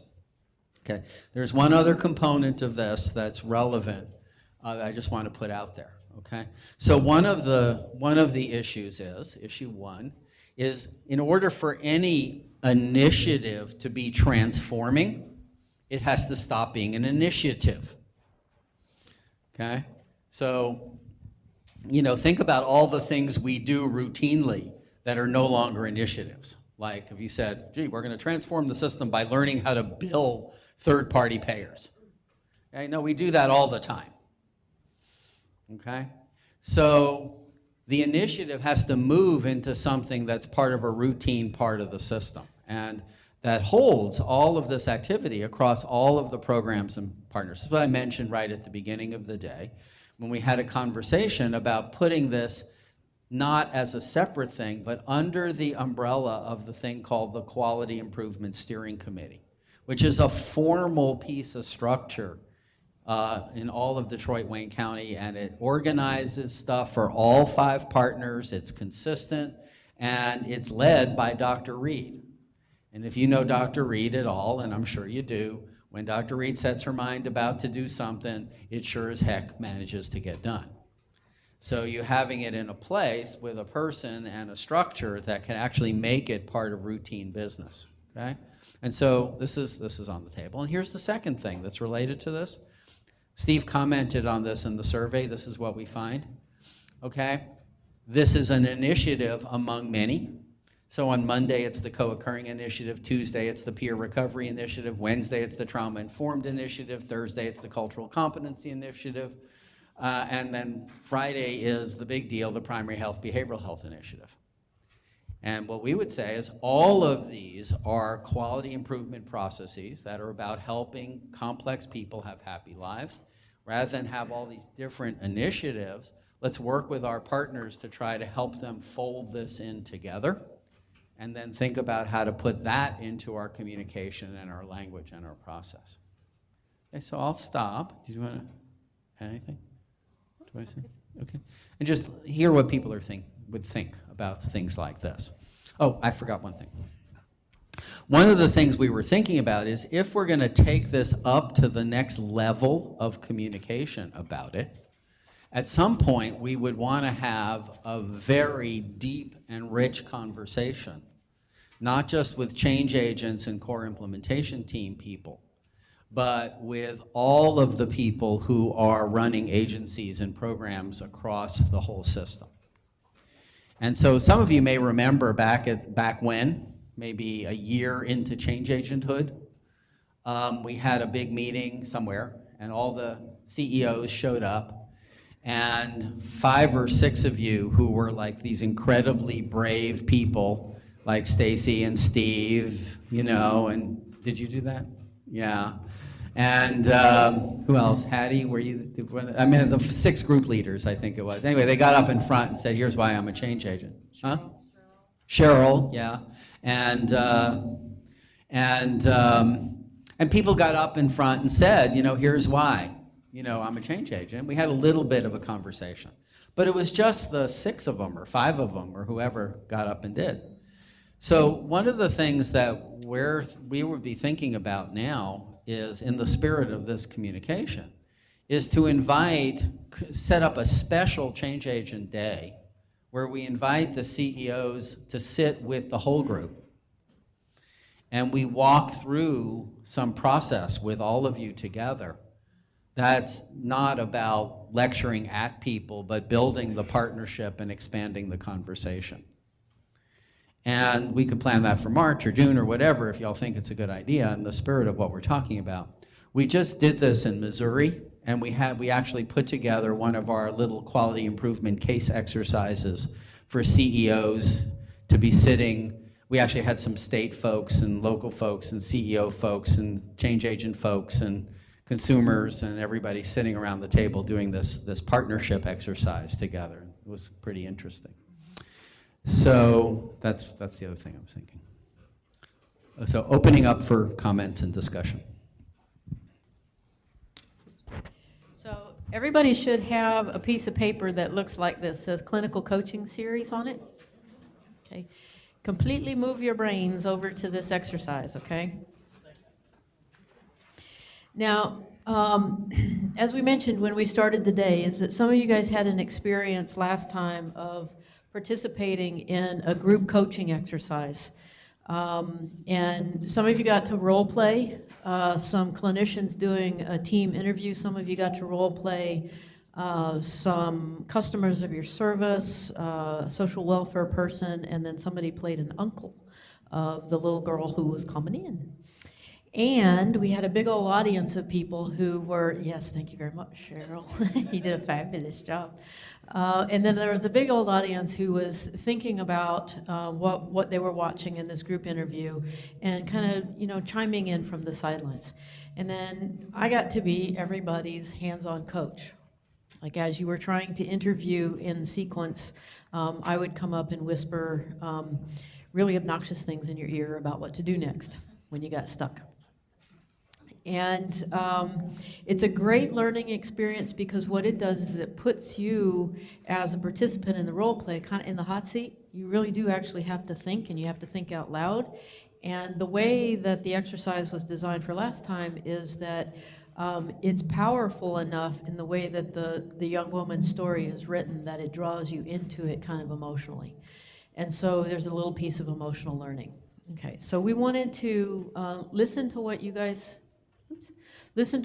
were saying at the end of last time about how hard it would be to replicate that process of coaching in your own organizations because folks are not feeling like they actually have the skill set for coaching, which is taking the things that I was whispering in everybody's ears in that process and bringing it into play. So what we have done for you guys this time is we've designed a really, really beginning exercise which is going to be hard, I'll tell you that going into it. A beginning exercise to teach everybody just the first little steps about coaching. Okay? So in the exercise, everybody in the room is going to get to do 3 things. And let me kind of take you back to your page, and I'll walk you through as much as you know so far. So this particular exercise is about learning how to coach an assessment. Okay, so the target of this is improving the skills of doing an integrated longitudinal strengths-based assessment. And as a coach, that's your focus of attention. That's what we're going after in terms of the clinical skill. And the objective of the exercise is to just take everybody through the 3 beginning steps in the integrated longitudinal strengths-based assessment. So there's welcoming people with complex needs and empathic engagement. These little funny little bulleted things there. Holding hopeful goals and strengths as the centerpiece of the assessment. And identifying stages of change for multiple issues and using stage-matched assessment approaches. Those 3 things are scenes in a play. Okay, so scene A, if you're looking at your coaching sheet, it's a little distracting. That thing up there is actually not what I'm reading. Okay. If you're looking at your coaching sheet, the first 3 little have those bullets on things. the left-hand side are the scenes of the play. Okay. Now, the role play team is little clusters of 3 people. So all of you will be finding 2 partners to be with, and you'll hang with those folks for the entire rest of the afternoon. Okay, you're going to be a little three person team.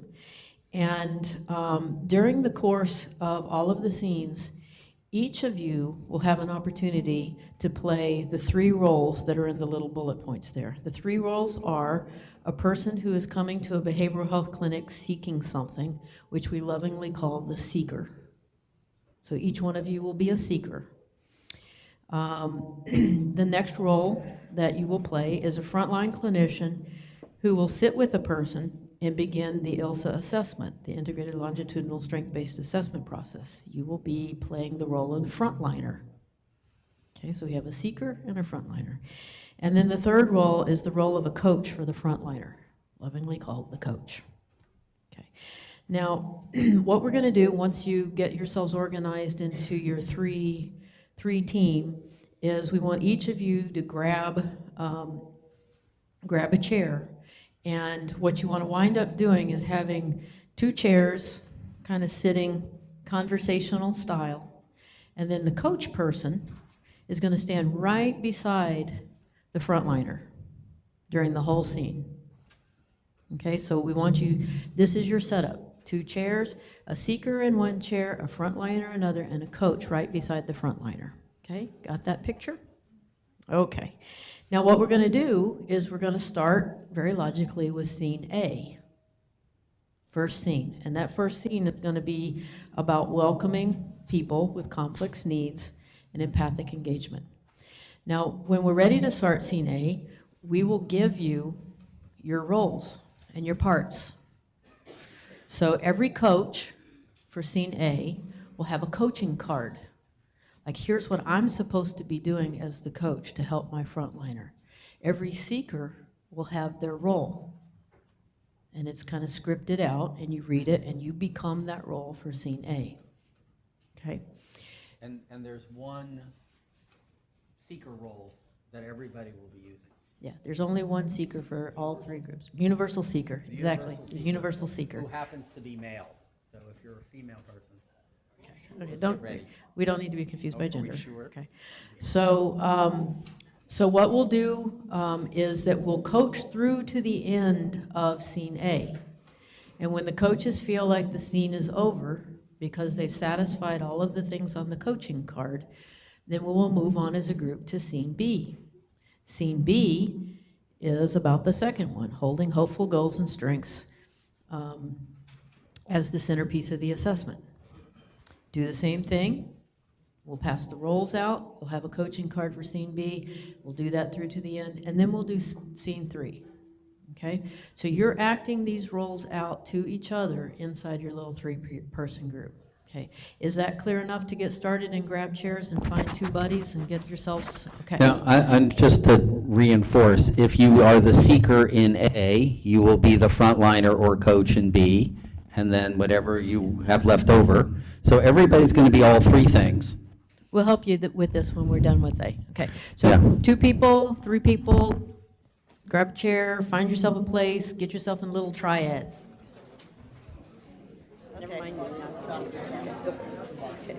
Good afternoon, my name is Lydia. How are you doing this afternoon? I'm not sure. You're not sure? Is there anything I can help you with or guide you through? I think I need a job. You need a job. And you don't have a job now because, can you give me some information, a little history? What do you mean? I mean, are you not in school, or did you graduate from school? Are you having a problem finding a job? Do you have, something, a car? What are your issues? Issues? You have, huh? Encouraging. Oh, do you have any, do you have transportation? No, I don't know how to drive. Okay. Do you have some parents that can probably bring you and take you? My mom, she just moved to Florida. Okay. And my brother too. And how did you get here today? I took the bus. Oh, you took the bus. Okay, so are you familiar with the bus routes? Yes, a little bit. A little bit? I know how to get from here. Okay. So if you needed to get somewhere else, or if you needed with the bus route, would probably be the best thing for you? Yes. So what else? What other concerns? Talk about welcoming her to the agency. Okay, so let me tell you a little bit about our agency. We're here to welcome you to the agency and see what you need and how we can help you do whatever it is that you need, and help you deal with some of the issues here. We have resourcing, we can look for a job, we have peer supports, things of that nature that might be able to meet your needs. So if you can explain a little. More assessing, trying to find out the story behind why they're here now, what the problem is. Okay, so basically, if you could tell me a little bit about how we can help you. I told you I need a job. You need a background.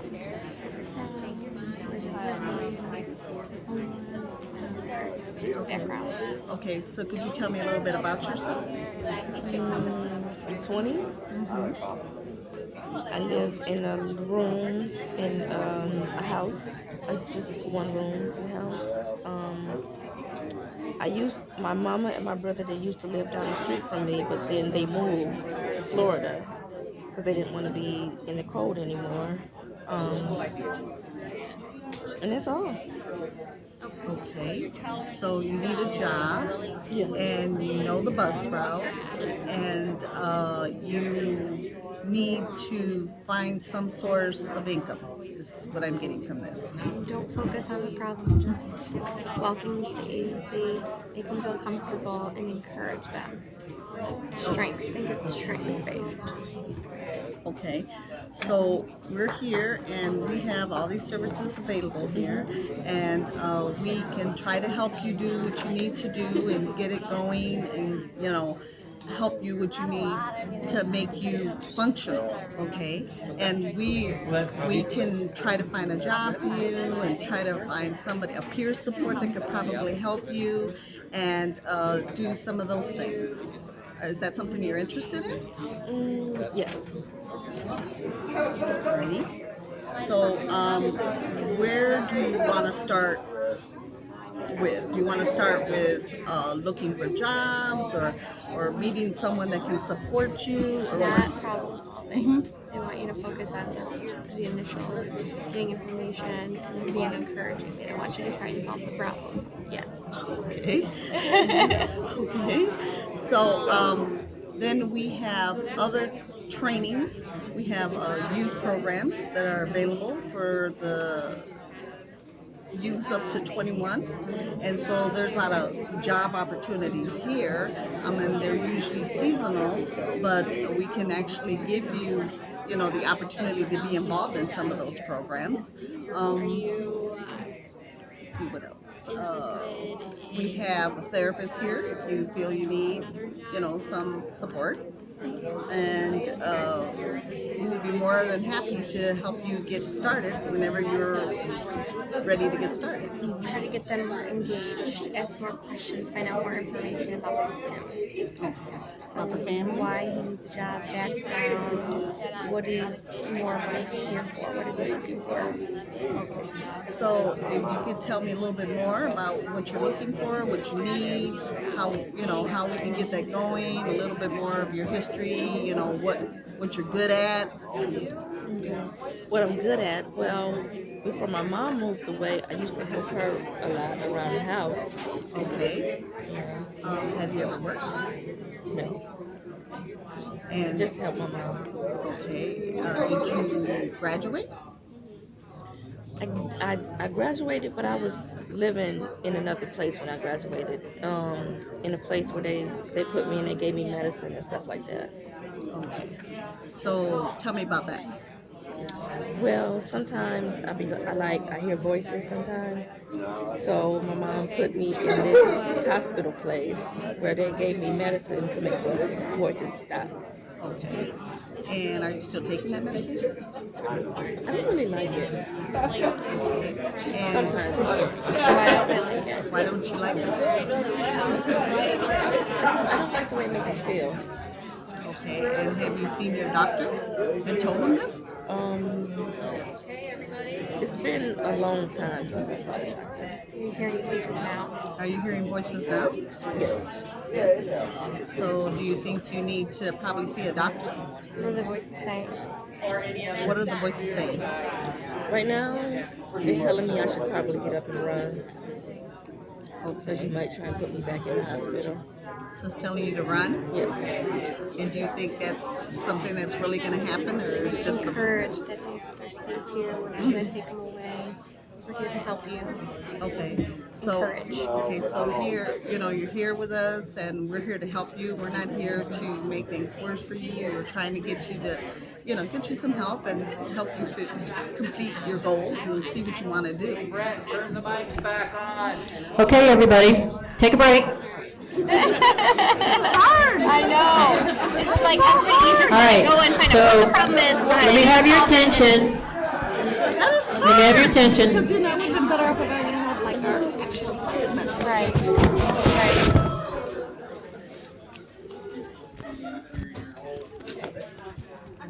I'm like, okay, if you don't even know about stuff, like you said. Okay, let me have your attention real quick. Here's a couple of things to think about.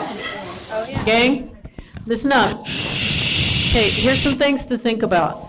Okay, and ask yourself, and this is directed at the coaches. Ask yourself, have we hit welcoming nirvana yet?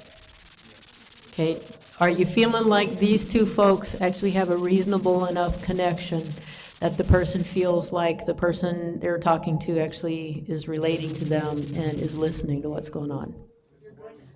Okay, it's a work in progress. Okay. Okay. Now, let me put, this is things to think about for you as the coach. Okay. One is, think about how actively you are actually whispering in somebody's ear. Okay? Think about the number of times you actually gave your frontliner a round of applause. Okay?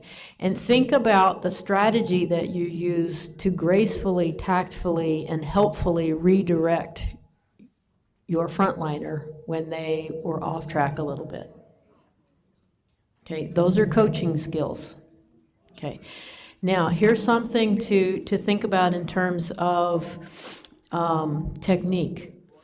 Ask yourself, did my frontliner try to solve the problem? Okay, if your frontliner tried to solve the problem, you're too far ahead of the game. Okay, so on the front end of the ILSA, doing this exercise as a coach, One of the things you want to help your frontliner do is not jump into solving the problem for the person. Okay? Got that? Okay. Now, here's what we're going to do. Hold on to your hats and leave your seats. Okay, what I want you to do is a 3-person triad. Move 1 position to the left.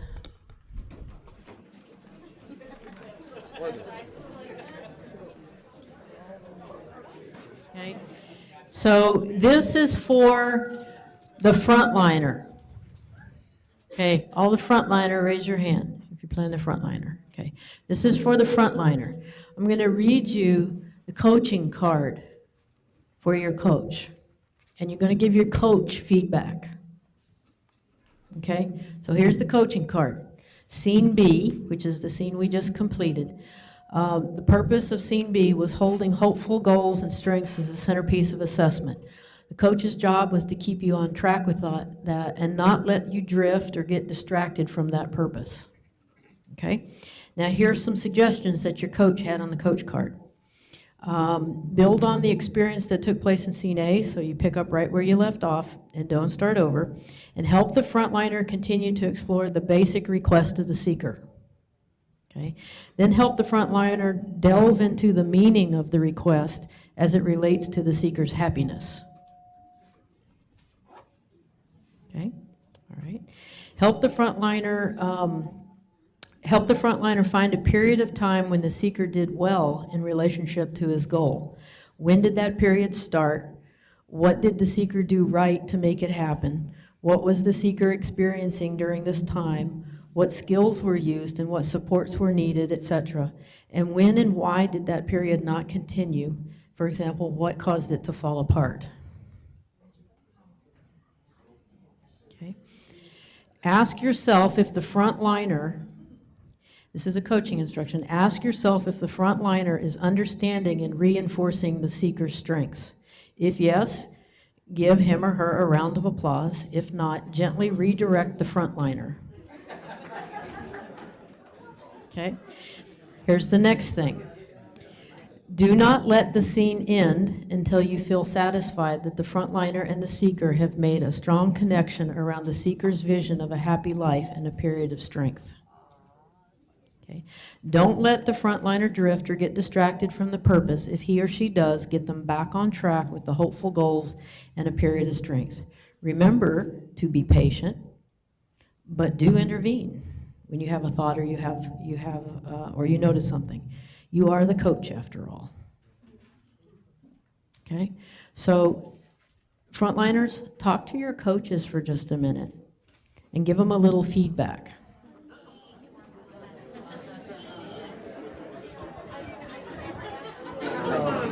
I know. It's really hard. Yeah, well, we did find out she was doing well with. And I'm like. Okay, time's up, guys. Okay, everybody focus this way. Okay, focus this way. Okay, you guys get a huge collective round of applause. This is like really very cool. There's a lot of talent out there in that room, I tell you. Okay, so here was the coaching card for Scene C. Okay, coaching card, supposed to read the sentence, identifying stages of change for multiple issues and using stage-matched assessment approaches. Okay, so the point of this coaching exercise was for the coach to help the junior baby clinician stay in the same stage of change that the person is in for each of their issues. Okay? Okay, so here's some comments on the card. Coach, build on the experience that took place before, pick up where you left off, and don't go backwards.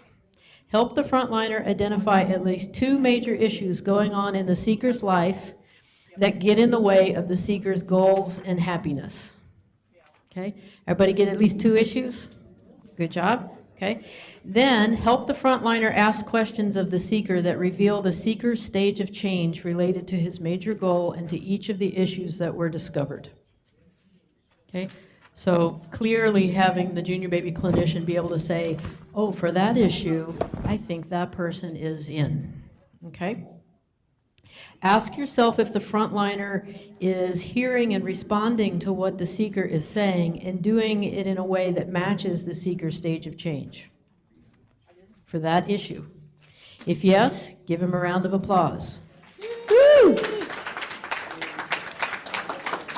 Okay. Okay. It wasn't necessary in this exercise to go any further than just identifying the stage of change for multiple issues and staying right there in the moment with the person relating to that stage of change, not solving the problem. Okay. Don't let the scene end until you feel satisfied that the frontliner and the seeker are working together and not struggling around any issue. No struggle. It's a struggle-free exercise. How about that? Okay. And don't let the frontliner drift or get distracted from the purpose, and help them get back on track and get repositioned if they do. Okay. Now, here's what I would like for everybody to do. Okay. The person who was the seeker, talk to your junior baby clinician and let them know what you were thinking around your most stuck stage. What issue was it that you were running the other direction from, and what was the experience like? What did you do right? What felt like it took you backwards?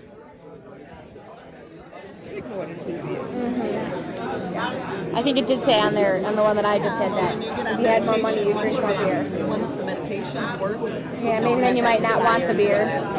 Right. Otherwise, the job that we got, yeah. But you're not going to get Job that we But he got. did drink Almost beer wanted with you to his be medication because it helps him to fit in with his more.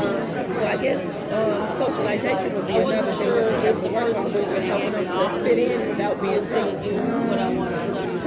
As opposed to the thing we did last time, we know it would be very difficult to recreate. This one, you could probably recreate with your folks. Okay. Now here's what we want to do. We actually want to spend a little time with you guys, sort of picking your brains about what you just did.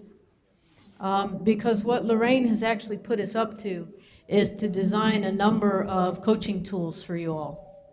And so we need to make sure they actually meet you where you are and not be too little for you or too much. Okay, so it's very helpful for us if you guys will talk about what it is that you were thinking, doing, learned, aha moments, things that were helpful, things about the structure of the exercise, things about the content of what you were actually learning from each other. Anything and everything is extremely helpful. And when you give us the opportunity to hit a beautiful soft lob teaching moment, we'll do that. So remembering not to solve the problem. Okay. Okay. Soft lob, home run, out of the park. Okay. There was the depth that we went into in the ILSA, we got about halfway there. And those steps, about halfway there, there's nothing in there about solving the problem. Okay, so solving the problem was not on the plate yet. So very cool, very cool. One of the concerns I observe is how we have a tendency not to really listen to the consumer. We have pre-judgmental or pre-organizational things that affect how we don't really listen. Okay, it's really hard because there's all these preconceived judgments, ideas, organizational things. It's really hard just to listen to what somebody's saying, right? And so the thing about this exercise with the seeker having a role is that the seeker's job is to actually try to get all that information into the conversation. So for those, thinking about when you were the seeker, ask yourself, was there space in that conversation for me to get what was on that page into play in the conversation? And that's a reflection of how much listening was actually going on. Okay. Other things? Tom?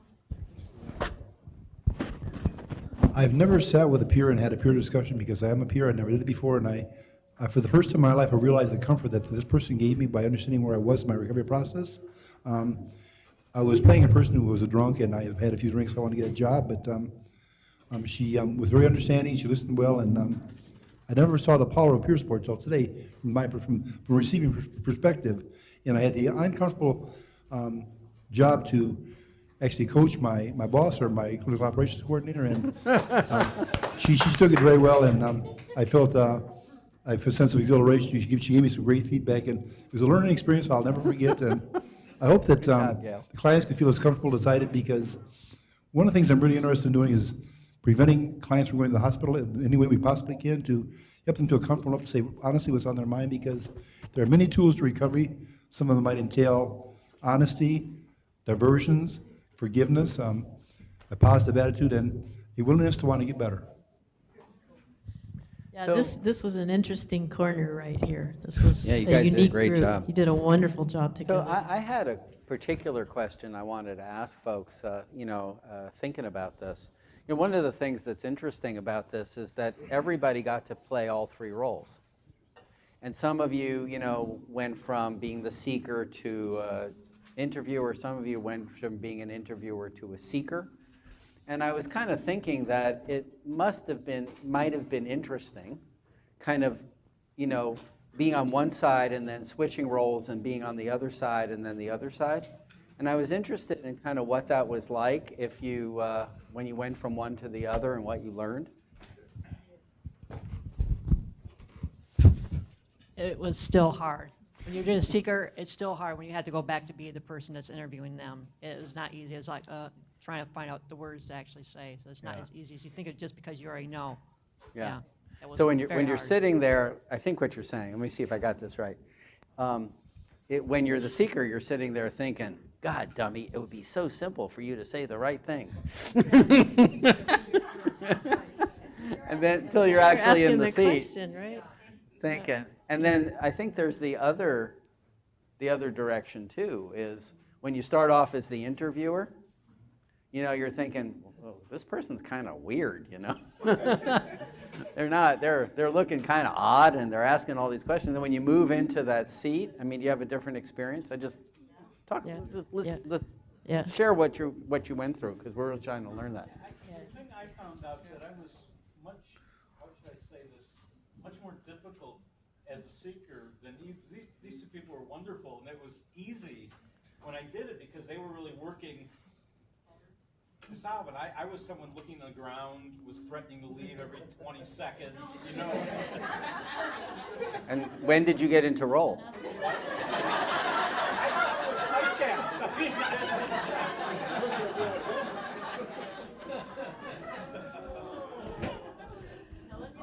I love him. I already told him I love him. I made him blush before. He was no. Oh, starting out as the coach, it was hard because you don't really know anything about the person, and neither does the interviewer, but I was imagining so much more disastrous things because the person wasn't very forthcoming, because I thought the person was homeless. I thought that the family had just up and left and not said anything. So I had all these thoughts in my head about the horrible things that he wasn't coming out with. And then I had to do the interviewing role, and I still wasn't clear with what was going on and had all these thoughts. And then when I finally got to read the whole thing, I'm like, oh, his parents didn't up and leave it, or, it wasn't as bad as I was worried about with him. Hattie, you were great in role too. I was watching you. You were, yeah.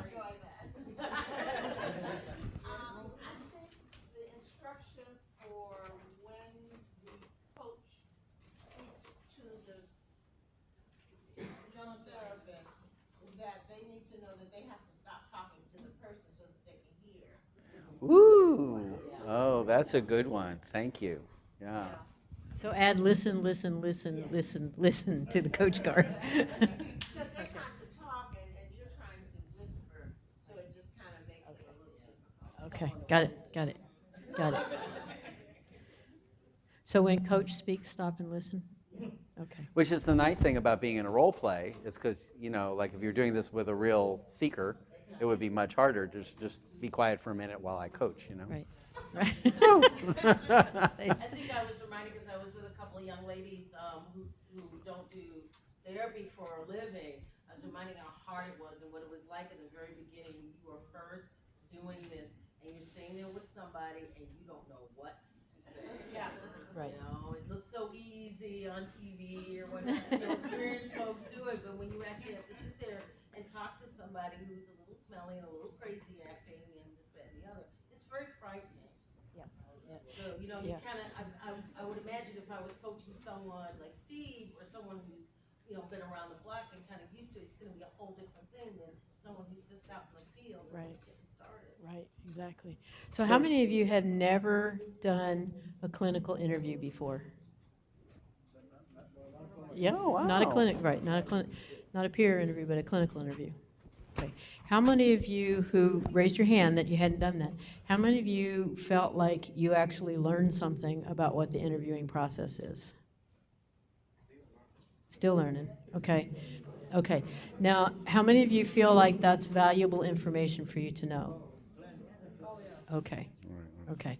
So when we were putting this together, one of the things that we were, you know, because change agent teams are you know, mixtures of people who do different functions. And one of the things we've really come to appreciate, you know, over the years is how valuable it is for everybody to know something about everybody else's framework and how they do the things they do. Okay, and then how sometimes it's the person who doesn't do that job who sometimes has a really bright idea about how to do that job. So sometimes just, you know, wandering in kind of childlike, you know, and having curiosity is a very cool thing. So I wanted, oh, go ahead. I started out as the seeker, and I think it made it a lot easier for me when I became the therapist. Yeah. Because it was like, I've got a secret, you know, on In my the part. beginning. As, you know, when I became the therapist, but I already knew, and this guy sitting over here, you know, so it was like, not confusing, but it was like a lot easier for me to get into Right. the role of the therapist. Right. Yeah. Right, because you already had a little backstory to work with. Yeah. That's why I wanted to ask people about. Go ahead. I also noticed that in your exercises, we had 3 or 4 different stages of changes being addressed in the Same person. in the same person. Sneaky, huh? Yeah. Yeah. Which is part of that note on the bottom. That's interesting, isn't it? That people are in different stages for different things. And and part of the issue in the interview is using the thing they're most interested in, which is their job, to help open up a conversation about something they're not that interested in working on, which is drinking, for example. So I And wanted by to give tying a the round two of things applause to Marilyn, because I was listening to you guys, and boy, oh boy, were you ever leveraging one issue against the other in terms of what the fellow was motivated to do and the things he was hanging back on. I mean, that was very impressive. That was very cool. Yeah, shout out to you, because that was good. That was really good. Amy? Yeah. So Amy brought up something a little bit earlier, and I thought it would be nice to kind of dig into this. Amy said, you know, when you're sitting there in the role of the client, you're sort of sitting there thinking, gee, I wish they would ask me this because it would make life so easy. Can we go around the room and kind of hear from you what kinds of things you were thinking would make it easier for you if they only asked this? Be yourself in the seeker role for a minute. Hold on, Tom. Let's give some. Go ahead, Kathleen.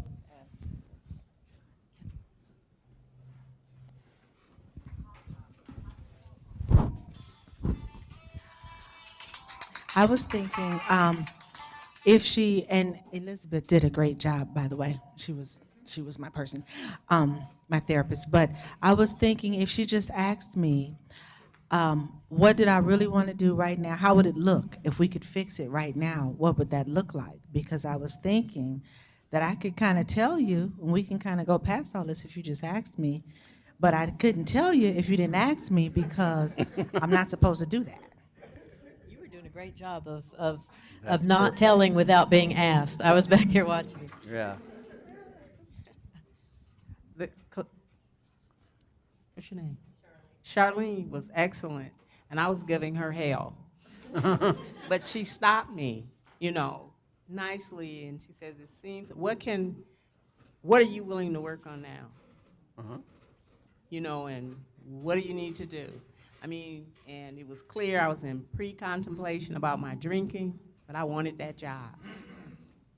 And she got me to, you know, kind of think about it. What can you do right now? What can I do for you right now? She was excellent. And I didn't know that's what she was working on. Well, it said I was the seeker for the very last one, and it said that, I really don't want this person to ask me about my drinking or request me to stop, so I was really nervous. I'm like, oh God, is Robert gonna say that to me or something? And so as the client, playing the client, I felt that tension and, how am I gonna react to that? Because I really don't wanna even think about that yet. And he was really good at just focusing on the strengths and staying where I was, and then I just felt this tremendous relief. So I was thinking that's probably what clients, exactly what they feel. Did Robert say anything in particular that you thought was particularly artful? I just felt really accepted and valued, and like he was really going to help me get a job. I felt like, he had my back. So I can't think of anything specific, but he was good. Not job, bad, huh? Not bad. Yeah, you didn't even want to stay. Yeah, I know, it's so cool. Okay, how about over here? Anybody got any comments? How about you guys? You had the unique group over there. Do you have any comments? The only thing that I recalled, and I think of this as a person who receives services all across the board, medical, et cetera, was please don't make me go have to talk to somebody else for the job. And my therapist was great. But she kept saying, okay, we're gonna refer you to the job specialist. I'm like, I don't wanna go to the job specialist, because they're gonna make me go and get a resume and do this and do that. I don't wanna do that, just give me something to do during the day. And I think that's something we need to think about when we give our clients referrals. I usually use the example of whenever I go see my internist and they send me to go see a specialist on something, guess where the referral ends up? Underneath my car, underneath the back seat of my car. I have like a stack this high. Now, I'm a high-functioning, supposed doctor-level clinical psychologist, and I can't do a referral. So imagine what our clients are like when we hand the referral to them to go see somebody else. So sit in your role for a minute as the seeker or the interviewer, or go back and forth, bing, bing, bing, bing. Because one of the things that I think, I'm getting back to something I think Cheryl said right at the beginning, and all of you touched on it. One of the things that I think gets us into trouble, and I'm kind of checking this out with you, is thinking that the thing we're supposed to do when we meet somebody is called an interview. And part of the message is, if you start thinking of it as my first job in that first moment is to have welcoming conversation so that I actually can understand something about who you are and what your life is like, it makes the thing a lot easier. So, this took me a long time to learn because I was trained to do interviews. And then I realized, you know what? Well, why can't I just talk to somebody as if it's a person I'm meeting at a cocktail party or on the street or something, and say, so hi, so, where do you live? Who do you live with? What do you do all day? How do you spend your time? As in a conversational way, as opposed to what's your chief complaint? And what issues do you have, and are you on medication? It's like that. Just tell me something about your life. Okay?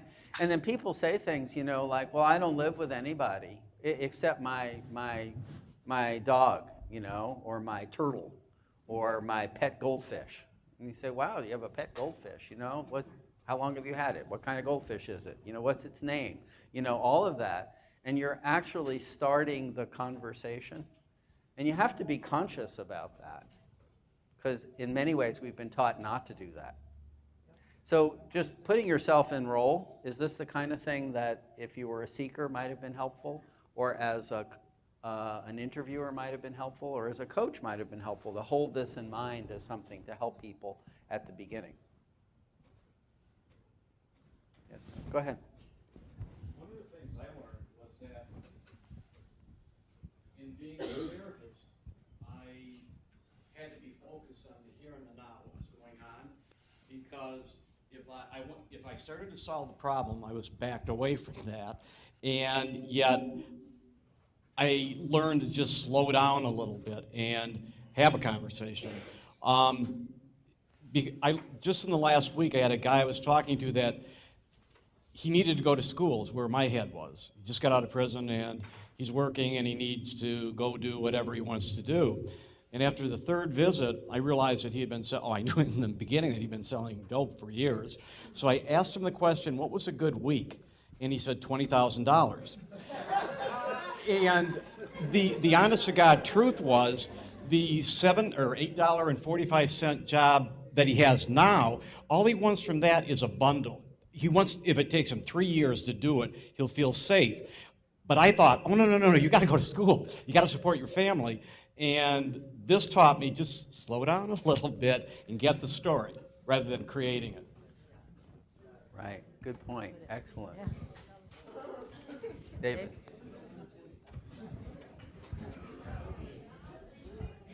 I just had a couple thoughts about both roles.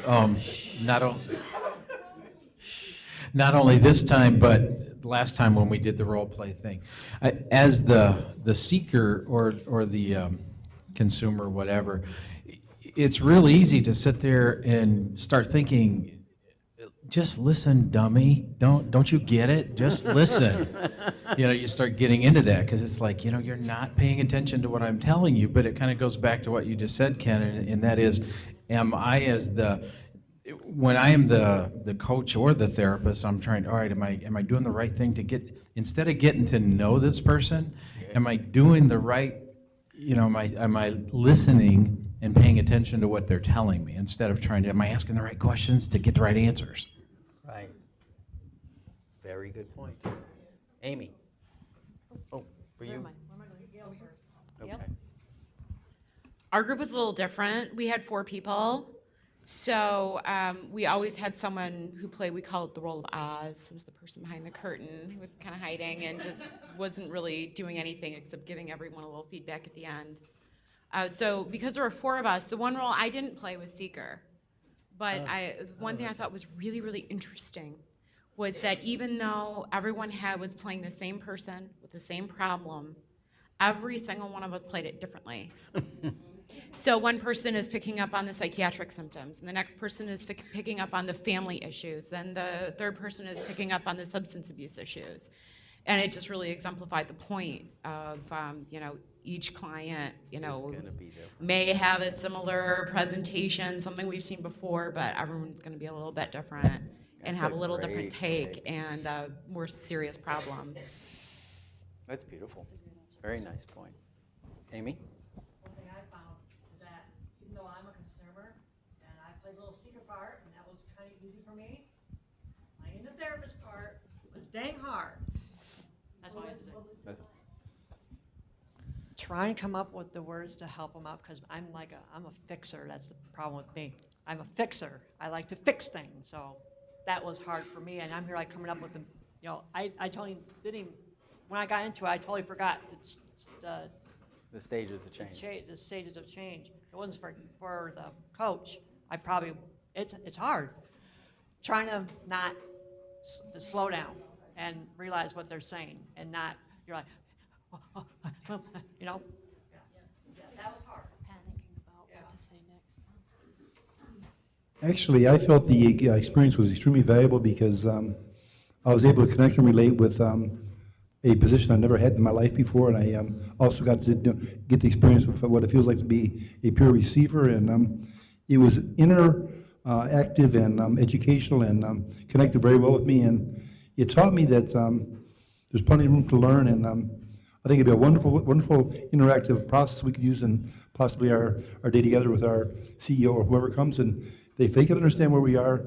The one thing I asked many times within myself is, do they really understand what's going on in my mind? Do they really know what it's like to have been incarcerated 5.5 years? I didn't break the law.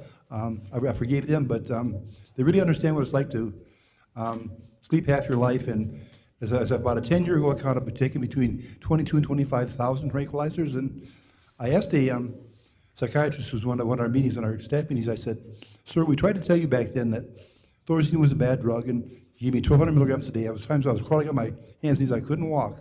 And he said, "We didn't know." I said, "Well, the clients were telling you."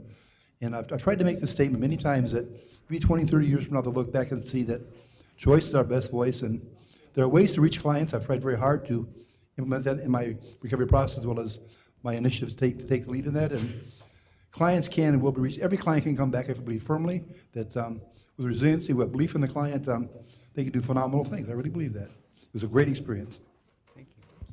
So I had another question for folks. You know, I realized about halfway through this that when we put this case together, we were operating with a very clear assumption. And I know Cheryl, you know, will appreciate this because she's an employment specialist, you know, and I don't know if any of others of you are that. You know, in the world of supported employment, it goes without saying that this drunk guy who's off his meds, who's half psychotic, who comes in smelling bad with a messy place, says, "I want a job," you say, "What kind of job?" and you help him get it. And it occurred to me that maybe not everybody even has ever heard of supported employment before and thinks, oh, that is the thing that we do when people show up. And I didn't know that. You know, was this brand new to anybody, the idea that somebody like this would go immediately and the thing you do is to say, what kind of job do you want and how do we help you get it? Was that new for folks? Huh? Yeah, sober up first and get on your meds first and buy a new wardrobe first and yeah, well, take a bath and go ahead, Katrina. I had a different experience, a personal experience, Dr. Minkoff. I was trying to help a dear friend of mine receive services from Michigan Rehabilitation Services. And the person who could offer the services is actually a friend of mine as well. So I thought, oh, this will be an easy connection. So I called the friend who's the rehab counselor, and I said, I have this person in need of services who has physical problems going on and also depression and also is smoking marijuana. But he would like employment and assistance with therapy and everything. And the rehab counselor said, oh, I can't help him until he stops smoking marijuana. And I was stunned, and I explained to myself, wow, we need to come over and talk to you about systems transformation, because he's a friend of mine. So I experienced that there are some counselors who are supposed to assist with employment who will say, no, you can't have services until you stop smoking or drinking or what have you. So that was really a shocker for me. Yeah.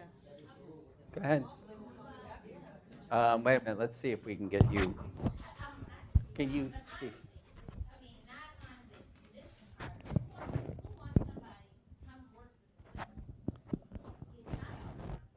Uh-huh.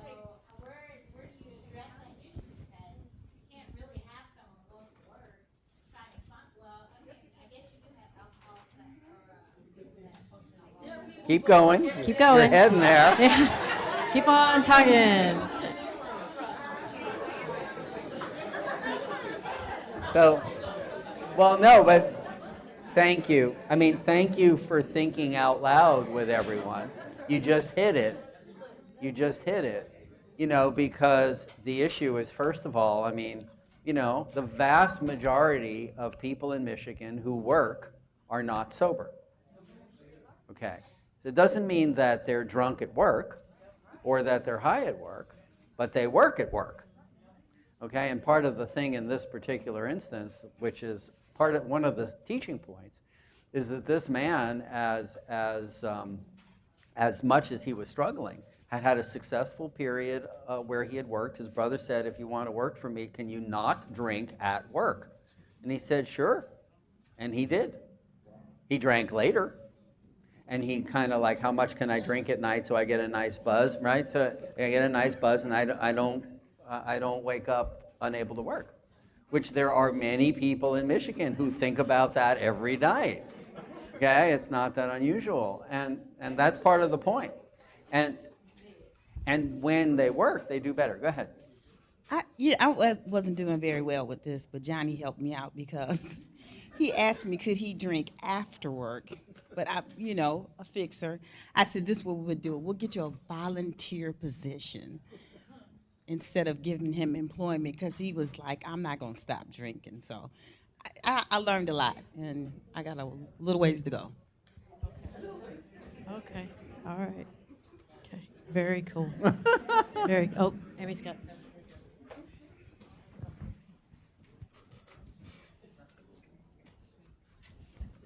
When I was a frontliner, I had the same thing, and you know what I said was that, okay, well, if you've lost jobs because you're drinking, let's do this. Let's start out with a part-time job, maybe 10 hours a week, and you work your day. You don't drink all day. You will go home and open that refrigerator, and there's that beer right there. I know that's being an enabler, but but he's making it's a reward. Your reward. You worked your day. You did not work. You did not drink the whole day. You go home. There's that beer, the one beer, right there, just for you. That's your reward for not drinking while you're at work. And for you, my dad worked for 35 years at Chrysler. He worked at 3 o'clock in the morning to 4 o'clock at night. He drank every day. My dad drank enough beer to make this building out of beer cans. It happens. Good old Chrysler. Hey, go Chrysler, go. All right. Okay. All right. Let's talk a little bit about the coaching experience. Let's just have them talk about the wrap back to the So coaching. let's think about the coaching framework, because this whole exercise is actually intended to help teach coaching skills. Okay, so one thing that somebody said over here, I can't remember who it was, but remind me. Sometimes when folks when they have us do these demos, they just throw us together and tell us to kind of get started doing the demo. But it's helpful to actually have things on cards and a script and some structure to it. So coaches using the cards. Okay, were the cards helpful? We'll start easy. Having cards? Yeah, go ahead. Okay. Okay. Reading it first, you kind of knew, but then listening, you want to go back and see where they were. So it was a little difficult, but it was helpful. Okay, so you got to go back. Would it be more helpful to have each one of the things on a separate card, or would that be harder? No? Less wordy, more bullet. Okay, got it. Okay, all right, cool. Yeah.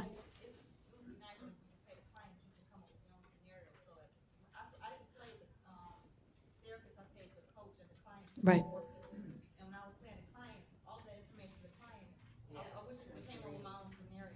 Okay, so making up your own person and role playing your own person. Or bullet it, because this is too much. Or bullet it. Okay, too wordy, too much. Okay, got it. Okay. In terms of like the coaching skills, did you guys feel like doing simple things like every now and then a round of applause, whispering in somebody's ear, gentle redirection? Were you guys getting pretty comfortable doing that? The best part of it, Tom says, yes. The only disconnect I had was at one point when I was being the interviewer, and he was whispering in my ears, there was a disconnect between what I saw was happening when he was whispering, and it was beyond having a long conversation. I didn't know what to do. Okay. Because he kept saying is, well, stay on stage to change. I thought Right. I was staying on stage to change. And Okay. therefore it became. Okay, so that's a good point, Steve. So here's the thing to help people get comfortable doing. Step one is coaching. Step two is make sure that the folks you're coaching know that when they are not understanding what you're meaning by your coaching, that they feel comfortable with saying, huh? What do you mean? Why? Okay, so it's hard to do when you're with a real client and you're in the moment, but if you set this up as an exercise, you can actually pause for a moment and explain your thinking behind what you're doing, right? And if you're playing the client, you can step out of role for a minute and just let the coach, remember the point of this, so that you can do that. I don't know if any of you remember when Chris did Alice Delight a while ago. Were any of you here for that? You should watch it on video.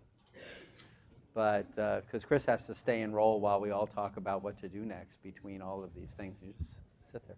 So I have a question. We had a little debate going into this about whether it's better or not better for the coaches to know the story when they're coaching, as opposed to not knowing the story when they're coaching. You notice the way we did it.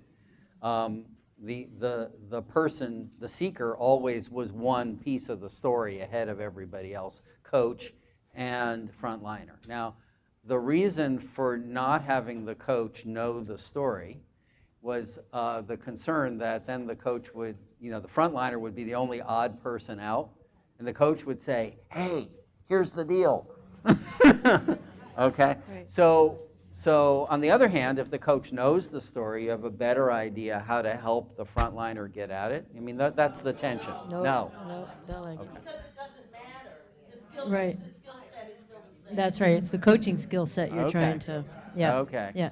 Just checking. So here's something really just seriously, we want to make sure everybody catches this one, because we built this thing in such a way that anybody can be a coach. Because one of the things that we want the whole world to kind of move away from is thinking that only supervisors can supervise supervisees, and that we don't have the wherewithal to help each other regardless of what function we're. Realize everybody in this room spent some time being useful as a coach to somebody who was, trying to do the interview, okay? So carry that back home. So don't think of this as an exercise just for your clinicians, right? I mean, this is an exercise for your program, right? It's very cool. Any last? One thing that, as I'm listening to this, one thing that occurred to me, if you're someone who's never been a coach before, okay, I mean that's a hard thing too.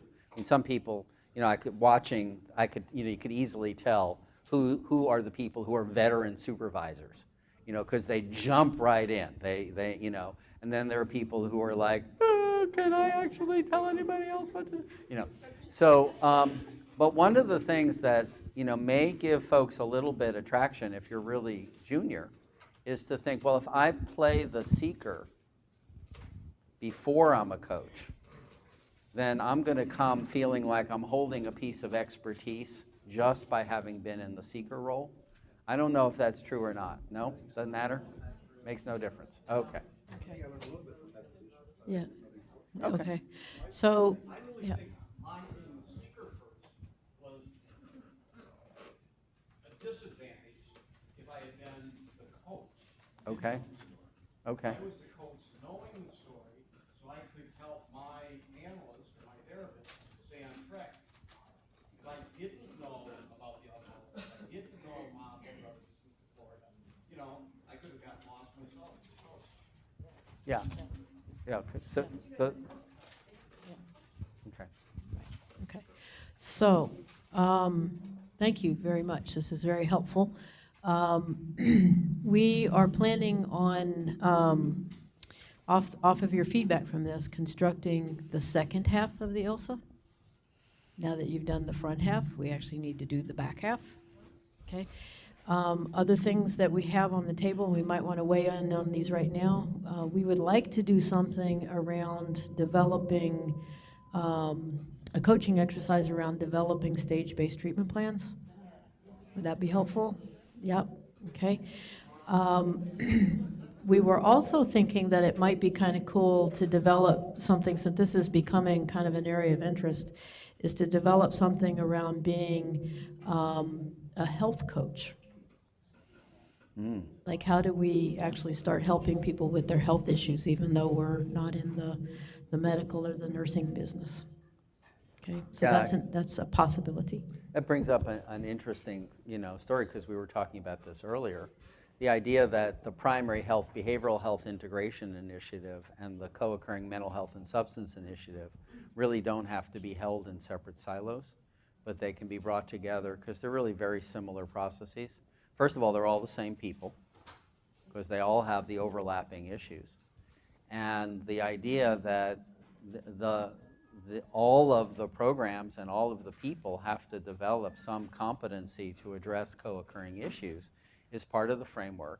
And as many of you know, not all of you, we have a tool for primary health programs, which is called the Compass PH for primary health that they can use to do the same thing. And having health change agents in your midst, I mean, think about that, primary health, people from a federally qualified health center coming and saying, hey, I'm trying to learn behavioral health stuff, and you're all trying to do better with health. That's pretty cool stuff to kind of see how that evolves. So that's something to keep in mind. Now, the thing that got prompted is we were in Grand Rapids last month, and it was very interesting. I had this interesting experience because they got some kind of SAMHSA grant to do one of these primary health, behavioral health integration projects. Okay, not their thinking system, but they started with a project. And they have a big health center, public, I don't remember if it's an FQHC or just a rural health center, but it's right in downtown Grand Rapids, and it's undergoing this huge expansion. And so what they were doing is that we have to get into primary health, behavioral health integration. Okay? So they got a couple of volunteer mental health types to be trained to be health coaches. And they set up this team with a primary care doc and a psychiatrist and a pharmacist and a nurse and 3 health people. They had like 8 staff being trained to be a team.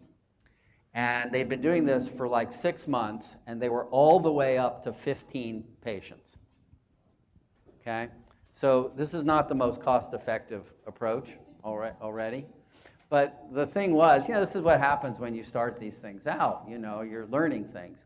And so, we were sitting together and talking about what they had learned and experienced. And all the health coaches had gone through all of this training about health issues and whatever. But when it came right down to it, the thing that they reported was one of the big moments was this health coach, who was trained to be a social worker, and this was being relayed by the primary care doc. And the health coach called up the primary care doc and said, so, okay, the guy has a plan that says when his sugar tests +3, he should increase his insulin 3 units. Now, I know you said I should tell him that when it happens, but I just want to check with you. Can I really tell him that? And the doctor says, well, yeah, I told him that. So you can tell him that too. He can do that on his own. And the person says, okay, now, I'm a social worker, okay? Can I tell him to increase his insulin when yes. Mm-hmm. Yeah. That's what the learning was. In other words, what does being a health coach mean? Does it mean you suddenly become a medical expert? No. It means you help people who are given all these medical instructions, help them follow the instructions they've been given. How do you know, how do you know? What the instructions are? That's right. Because the doctor has told you the same instructions that they've told them. But at first you said the patient told. No. Okay. No. Matter of fact, that would have been the best thing that they could have done in their initiative that would have cost very little money is start sharing the records. I went to see my eye doctor, I have glaucoma, I went to see my eye doctor, and he comes into the office with this tablet that had all my medical records on it. So I didn't have to answer a single one of the stupid set of questions that I have to answer every single time I go to the doctor, because he had it right there. He knew what my blood pressure was. Right. I went 2 weeks prior. He knew Right. what my internist told me. So Right. yeah, the information should already be there. Right. So that the social worker could, or the eye doctor could talk to me about my blood pressure, which affects your glaucoma. Right. Just like it's one body. It's one body. Go ahead. If I'm hearing correctly with all of these scenarios, there is one key important ingredient that I don't hear being addressed, and that's 42 CFR rules of disclosure, releases of information prior to these events occurring. Right. That may be something we need to begin to look at so that someone doesn't just go off with a maverick thought process. Right. And violate our population's Confidentiality. Right. So here's a couple things to think about. This microphone just giving us Testing. Here's a couple of things to think about in terms of things like 42 CFR. First and foremost is, if I'm a patient, client, consumer, I have the right to carry my information wherever I choose to take it. And if I have a relationship with somebody out there who I think of as being helpful to me, it's smart for me to think about how I share that information and when. And that should always be the main point, is that the person should be in control of their own information. Okay.